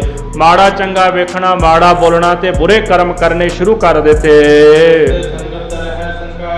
ਮੁੜ ਕੇ ਦੀ ਸੰਗਤ ਨਾਲ ਇਹਦੇ ਤੋਂ ਸ਼ੰਕਾ ਕਰਨ ਲੱਗ ਪਈ ਵੀ ਲੋਕਾਂ ਨੇ ਆਉਣਾ, ਉਹਨਾਂ ਨੇ ਧੀਆਂ ਨਾਲ ਲੈ ਕੇ ਆਉਣੀਆਂ, ਨਾਲ ਆਪਣੀਆਂ ਬੱਚੀਆਂ, ਆਪਣੀਆਂ ਬੇਟੀਆਂ, ਨੂੰਹਾਂ ਉਹਨਾਂ ਨੇ ਬੰਦ ਕਰ ਦਿੱਤੀਆਂ ਵੀ ਅਸੀਂ ਆਪਣੀ ਸੰਗਤ ਵਿੱਚ ਉਹਨਾਂ ਨੂੰ ਨਹੀਂ ਨਾਲ ਲੈ ਕੇ ਜਾਣਾ। ਇਹਦੀ ਸੰਗਤ ਆਉਂਦੀ ਜ਼ਰੂਰ ਹੈ, ਪਰ ਕਿਸੇ ਦੀ ਧੀ, ਕੋਈ ਔਰਤ, ਕੋਈ ਬਹੂ ਬੇਟੀ ਨਾਲ ਨਹੀਂ ਆਉਂਦੀ। ਇਹਨੇ ਵੇਖਿਆ ਵੀ ਮਾਮਲਾ ਗੜਬੜ ਹੋ ਗਿਆ। ਇਹਨੇ ਫਿਰ ਨਾ ਇੱਕ ਸਾਖੀ ਘੜ ਲਈ ਤੇ ਉਹ ਸਾਖੀ ਘੜ ਕੇ ਸੁਣਾਉਣ ਲੱਗ ਪਿਆ। ਆਪਣੀ ਸੰਗਤ ਨੂੰ ਕਹਿੰਦਾ ਵੀ ਭਾਈ ਸਿੱਖੀ ਰੱਖਣੀ ਬੜੀ ਔਖੀ ਹੈ, ਵਾਲ ਨਾਲੋਂ ਨਿੱਕੀ ਤੇ ਖੰਡੇ ਦੀ ਧਾਰ ਨਾਲੋਂ ਤਿੱਖੀ ਹੈ। ਇਹ ਗੱਲ ਵੇਦ ਸ਼ਾਸਤਰਾਂ ਦੇ ਵਿੱਚ ਵੀ ਲਿਖੀ ਹੈ। ਤੇ ਕਹਿੰਦੇ ਹਨ ਵੀ ਤੁਸੀਂ ਬਹੂ ਬੇਟੀਆਂ ਸੰਗਤ ਵਿੱਚ ਨਹੀਂ ਲੈ ਕੇ ਆਉਂਦੇ, ਵੀ ਕਿੰਨੀ ਕੁ ਵੱਡੀ ਗੱਲ ਹੈ, ਸਿੱਖੀ ਕਮਾਉਣੀ ਬੜੀ ਔਖੀ ਹੈ ਤੇ ਤੁਸੀਂ ਤਾਂ ਬਹੂ ਬੇਟੀਆਂ ਘਰ ਛੱਡ ਆਉਂਦੇ ਹੋ। ਪਰ ਇਹ ਮੂਰਖ ਨੂੰ ਕੌਣ ਸਮਝਾਏ ਵੀ ਤੇਰੀਆਂ ਕਰਤੂਤਾਂ ਮਾੜੀਆਂ ਨੇ। ਲੋਕ ਤਾਂ ਹੀ ਆਪਣੇ ਪਰਿਵਾਰਾਂ ਨੂੰ ਤੇਰੇ ਤੋਂ ਦੂਰ ਰੱਖਦੇ ਨੇ, ਸੰਕੋਚ ਕਰਦੇ ਨੇ ਤੇਰੇ ਪਾਸ ਆਪਣੀਆਂ ਬੱਚੀਆਂ ਨੂੰ ਲਿਆਉਣ ਤੋਂ। ਪਰ ਇਹ ਗੱਲਾਂ ਬਣਾ ਕੇ ਸੁਣਾਉਂਦਾ ਵੀ ਬਹੂ ਬੇਟੀਆਂ ਕੀ ਚੀਜ਼ ਨੇ, ਬੜਾ ਕੁਝ ਵਾਰਨਾ ਪੈਂਦਾ ਸਿੱਖੀ ਤੋਂ। ਇਸ ਕਰਕੇ ਤੁਹਾਨੂੰ ਸ਼ੰਕਾ ਨਹੀਂ ਕਰਨਾ ਚਾਹੀਦਾ। ਕਹਿੰਦਾ ਜੀ ਸਿੱਖੀ ਜਿਹੜੀ ਹੈ ਸਭ ਤੋਂ ਵੱਡਾ ਪਦਾਰਥ ਹੈ। ਇਹ ਜਿਹੜੀ ਗੱਲ ਤਾਂ ਆਦ ਅੰਤ ਤੋਂ ਹੁੰਦੀ ਆਈ ਹੈ। ਇਸ ਕਰਕੇ ਤੁਹਾਨੂੰ ਕਿਸੇ ਗੱਲ ਦਾ ਭਰਮ ਨਹੀਂ ਕਰਨਾ ਚਾਹੀਦਾ, ਸ਼ੰਕਾ ਨਹੀਂ ਕਰਨਾ ਚਾਹੀਦਾ। ਇਹਨੇ ਨਾ ਆਪ ਹੀ ਉਹ ਸਾਖੀ ਜਿਹੜੀ ਸੀ ਨਾ ਬਣਾ ਕੇ ਇਦਾਂ ਦੀ ਤੇ ਜਨਮ ਸਾਖੀ 'ਚ ਲਿਖ ਦਿੱਤੀ ਹੈ। ਤੇ ਜੇ ਕੋਈ ਆਖੇ ਵੀ ਸਬੂਤ ਦਿਓ, ਕਿਉਂਕਿ ਕਰਤੂਤਾਂ ਮਾੜੀਆਂ ਸਨ ਤੇ ਪ੍ਰਸੰਗ ਵੀ ਉਦਾਂ ਦਾ ਬਣਾ ਲਿਆ। ਕੋਈ ਆਖਦਾ ਵੀ ਸਬੂਤ ਦਿਓ ਵੀ ਜਿਹੜੀਆਂ ਗੱਲਾਂ ਤੁਸੀਂ ਕਹਿੰਦੇ ਹੋ ਵੀ ਬਹੂ ਬੇਟੀ ਕੀ ਚੀਜ਼ ਹੈ, ਸਿੱਖੀ ਤੋਂ ਵੱਡੀ ਥੋੜਾ ਹੈ। ਤੇ ਕਹਿੰਦਾ ਮੈਂ ਥੋੜਾ ਕਹਿਣਾ, ਜਾਓ ਜਨਮ ਸਾਖੀ ਵੇਖ ਲਓ। ਗੁਰੂ ਨਾਨਕ ਸਾਹਿਬ ਦੀ ਜਨਮ ਸਾਖੀ 'ਚ ਇਹ ਗੱਲ ਲਿਖੀ ਹੋਈ ਹੈ। ਉਹ ਗੱਲ ਲਿਖੀ ਆਪ ਹੈ। ਤੇ ਕਿਉਂ ਲਿਖੀ ਵੀ ਜੇ ਕੋਈ ਮੈਨੂੰ ਸਵਾਲ ਕਰੇ ਤੇ ਮੈਂ ਉਹਦਾ ਜਵਾਬ ਦੇ ਸਕਾਂ। ਇਸ ਪ੍ਰਕਾਰ ਇਹੋ ਜੀਆਂ ਝੂਠੀਆਂ ਗੱਲਾਂ ਬਣਾ ਕੇ ਇਹਨਾਂ ਨੇ ਵਿੱਚ ਲਿਖ ਦਿੱਤੀਆਂ।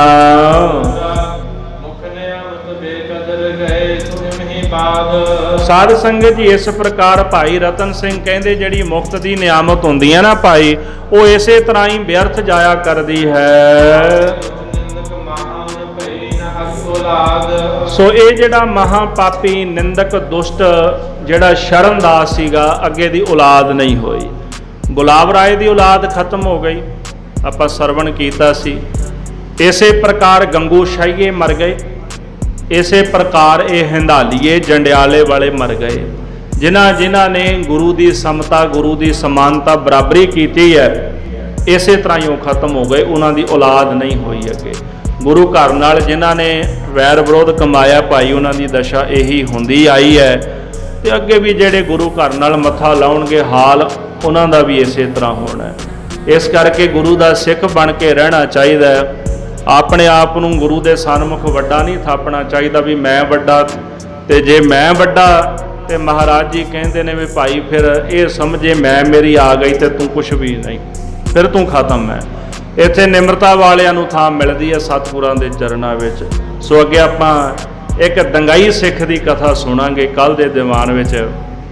ਭਾਈ ਤਾਰਾ ਸਿੰਘ ਵਾਹ ਬੜੇ ਵੱਡੇ ਯੋਧੇ ਸਨ, ਔਰ ਕਿਆ ਉਹਨਾਂ ਦਾ ਗਜ਼ਬ ਦਾ ਇਤਿਹਾਸ ਹੈ ਭਾਈ ਤਾਰਾ ਸਿੰਘ ਦਾ, ਤੇ ਬੜੇ ਪ੍ਰੇਮੀ ਸਨ ਮਹਾਰਾਜ ਦੇ ਸਿੱਖ। ਤੇ ਭਾਈ ਸਾਹਿਬ ਜੀ ਇਹ ਲਿਖਦੇ ਨੇ ਵੀ ਇਹੋ ਜਿਹੇ ਦੰਗਈ ਸਨ ਵੀ ਜੇ ਕਲੇਸ਼ ਕਿਸੇ ਦੇ ਘਰ ਪਿਆ ਹੁੰਦਾ ਸੀ ਨਾ ਤੇ ਕਹਿੰਦੇ ਸਨ ਵੀ 2 ਘੜੀਆਂ ਇੱਧਰ ਵੀ ਆ ਜਾ ਮੇਰੇ ਵੱਲ, ਵੀ ਲੜਾਈ ਮੁੱਲ ਲੈਣ ਵਾਲਾ ਸਿੱਖ ਸੀਗਾ। ਵੀ ਜੇ ਕਿਤੇ ਲੜਾਈ ਜਾਂਦੀ ਹੁੰਦੀ ਸੀ ਨਾ, ਕਹਿੰਦਾ ਮੇਰੇ ਵੱਲ ਆ ਜਾ, 2 ਘੜੀਆਂ ਮੇਰੀਆਂ ਵੀ ਕਟਾ ਜਾ। ਇਦਾਂ ਦਾ ਸਿੱਖ ਸੀ ਭਾਈ ਤਾਰਾ ਸਿੰਘ, ਤੇ ਗੁਰੂ ਸਾਹਿਬ ਨਾਲ ਪ੍ਰੇਮ ਕਰਨ ਵਾਲਾ ਤੇ ਚੜ੍ਹਦੀ ਕਲਾ ਵਾਲਾ, ਤਿਆਰ ਬਰ ਤਿਆਰ ਰਹਿਣ ਵਾਲਾ ਨਿਹੰਗ ਸਿੰਘ। ਕੱਲ ਦੇ ਦੀਵਾਨ ਵਿੱਚ ਆਪਾਂ ਇਹਨਾਂ ਦਾ ਪ੍ਰਸੰਗ ਸਰਵਣ ਕਰਾਂਗੇ। ਸਮੇਂ ਦੇ ਲਿਹਾਜ਼ ਨਾਲ ਸਮਾਪਤੀ ਹੈ। ਭੁੱਲਾਂ ਚੁੱਕਾਂ ਦੀ ਖਿਮਾ ਕਰਨੀ ਜੀ। ਹੇ ਗੋਬਿੰਦ, ਹੇ ਗੋਪਾਲ, ਹੇ ਦਇਆਲ, ਪ੍ਰਾਣਨਾਥ ਅਨਾਥ ਸਖੇ ਦੀਨ ਦਰਦ, ਹੇ ਸਮਰੱਥ ਅਗੰਮ ਪੂਰਨ ਮੋਹਿ ਮਇਆ ਤਾ, ਅੰਧਕੂਪ ਮਹਾ ਭਿਆਨ ਨਾਨਕ ਪਾਰਿਓ, ਆਏ ਪ੍ਰਭ ਸਰਣਾਗਤੀ ਕਿਰਪਾ ਨਿਧ ਦਇਆ, ਏਕ ਅਖਰ ਹਰ ਮਨ ਬਸਤੋ ਨਾਨਕ ਹੋਤ, ਵਾਹਿਗੁਰੂ ਨਾਮ ਜਹਾਜ ਹੈ ਚੜੇ ਸੋ ਉਤਰੇ, ਜੋ ਸ਼ਰਧਾ ਕਰ ਸੇਵੰਦੇ ਗੁਰ ਪਾਰਿਓ ਤਾਰਨ, ਜੋ ਸ਼ਰਧਾ ਕਰ ਸੇਵੰਦੇ ਗੁਰ ਪਾਰਿਓ ਤਾਰਨ ਹਾਰ। ਵਾਹਿਗੁਰੂ ਜੀ ਕਾ ਖਾਲਸਾ, ਵਾਹਿਗੁਰੂ ਜੀ ਕੀ ਫਤਿਹ।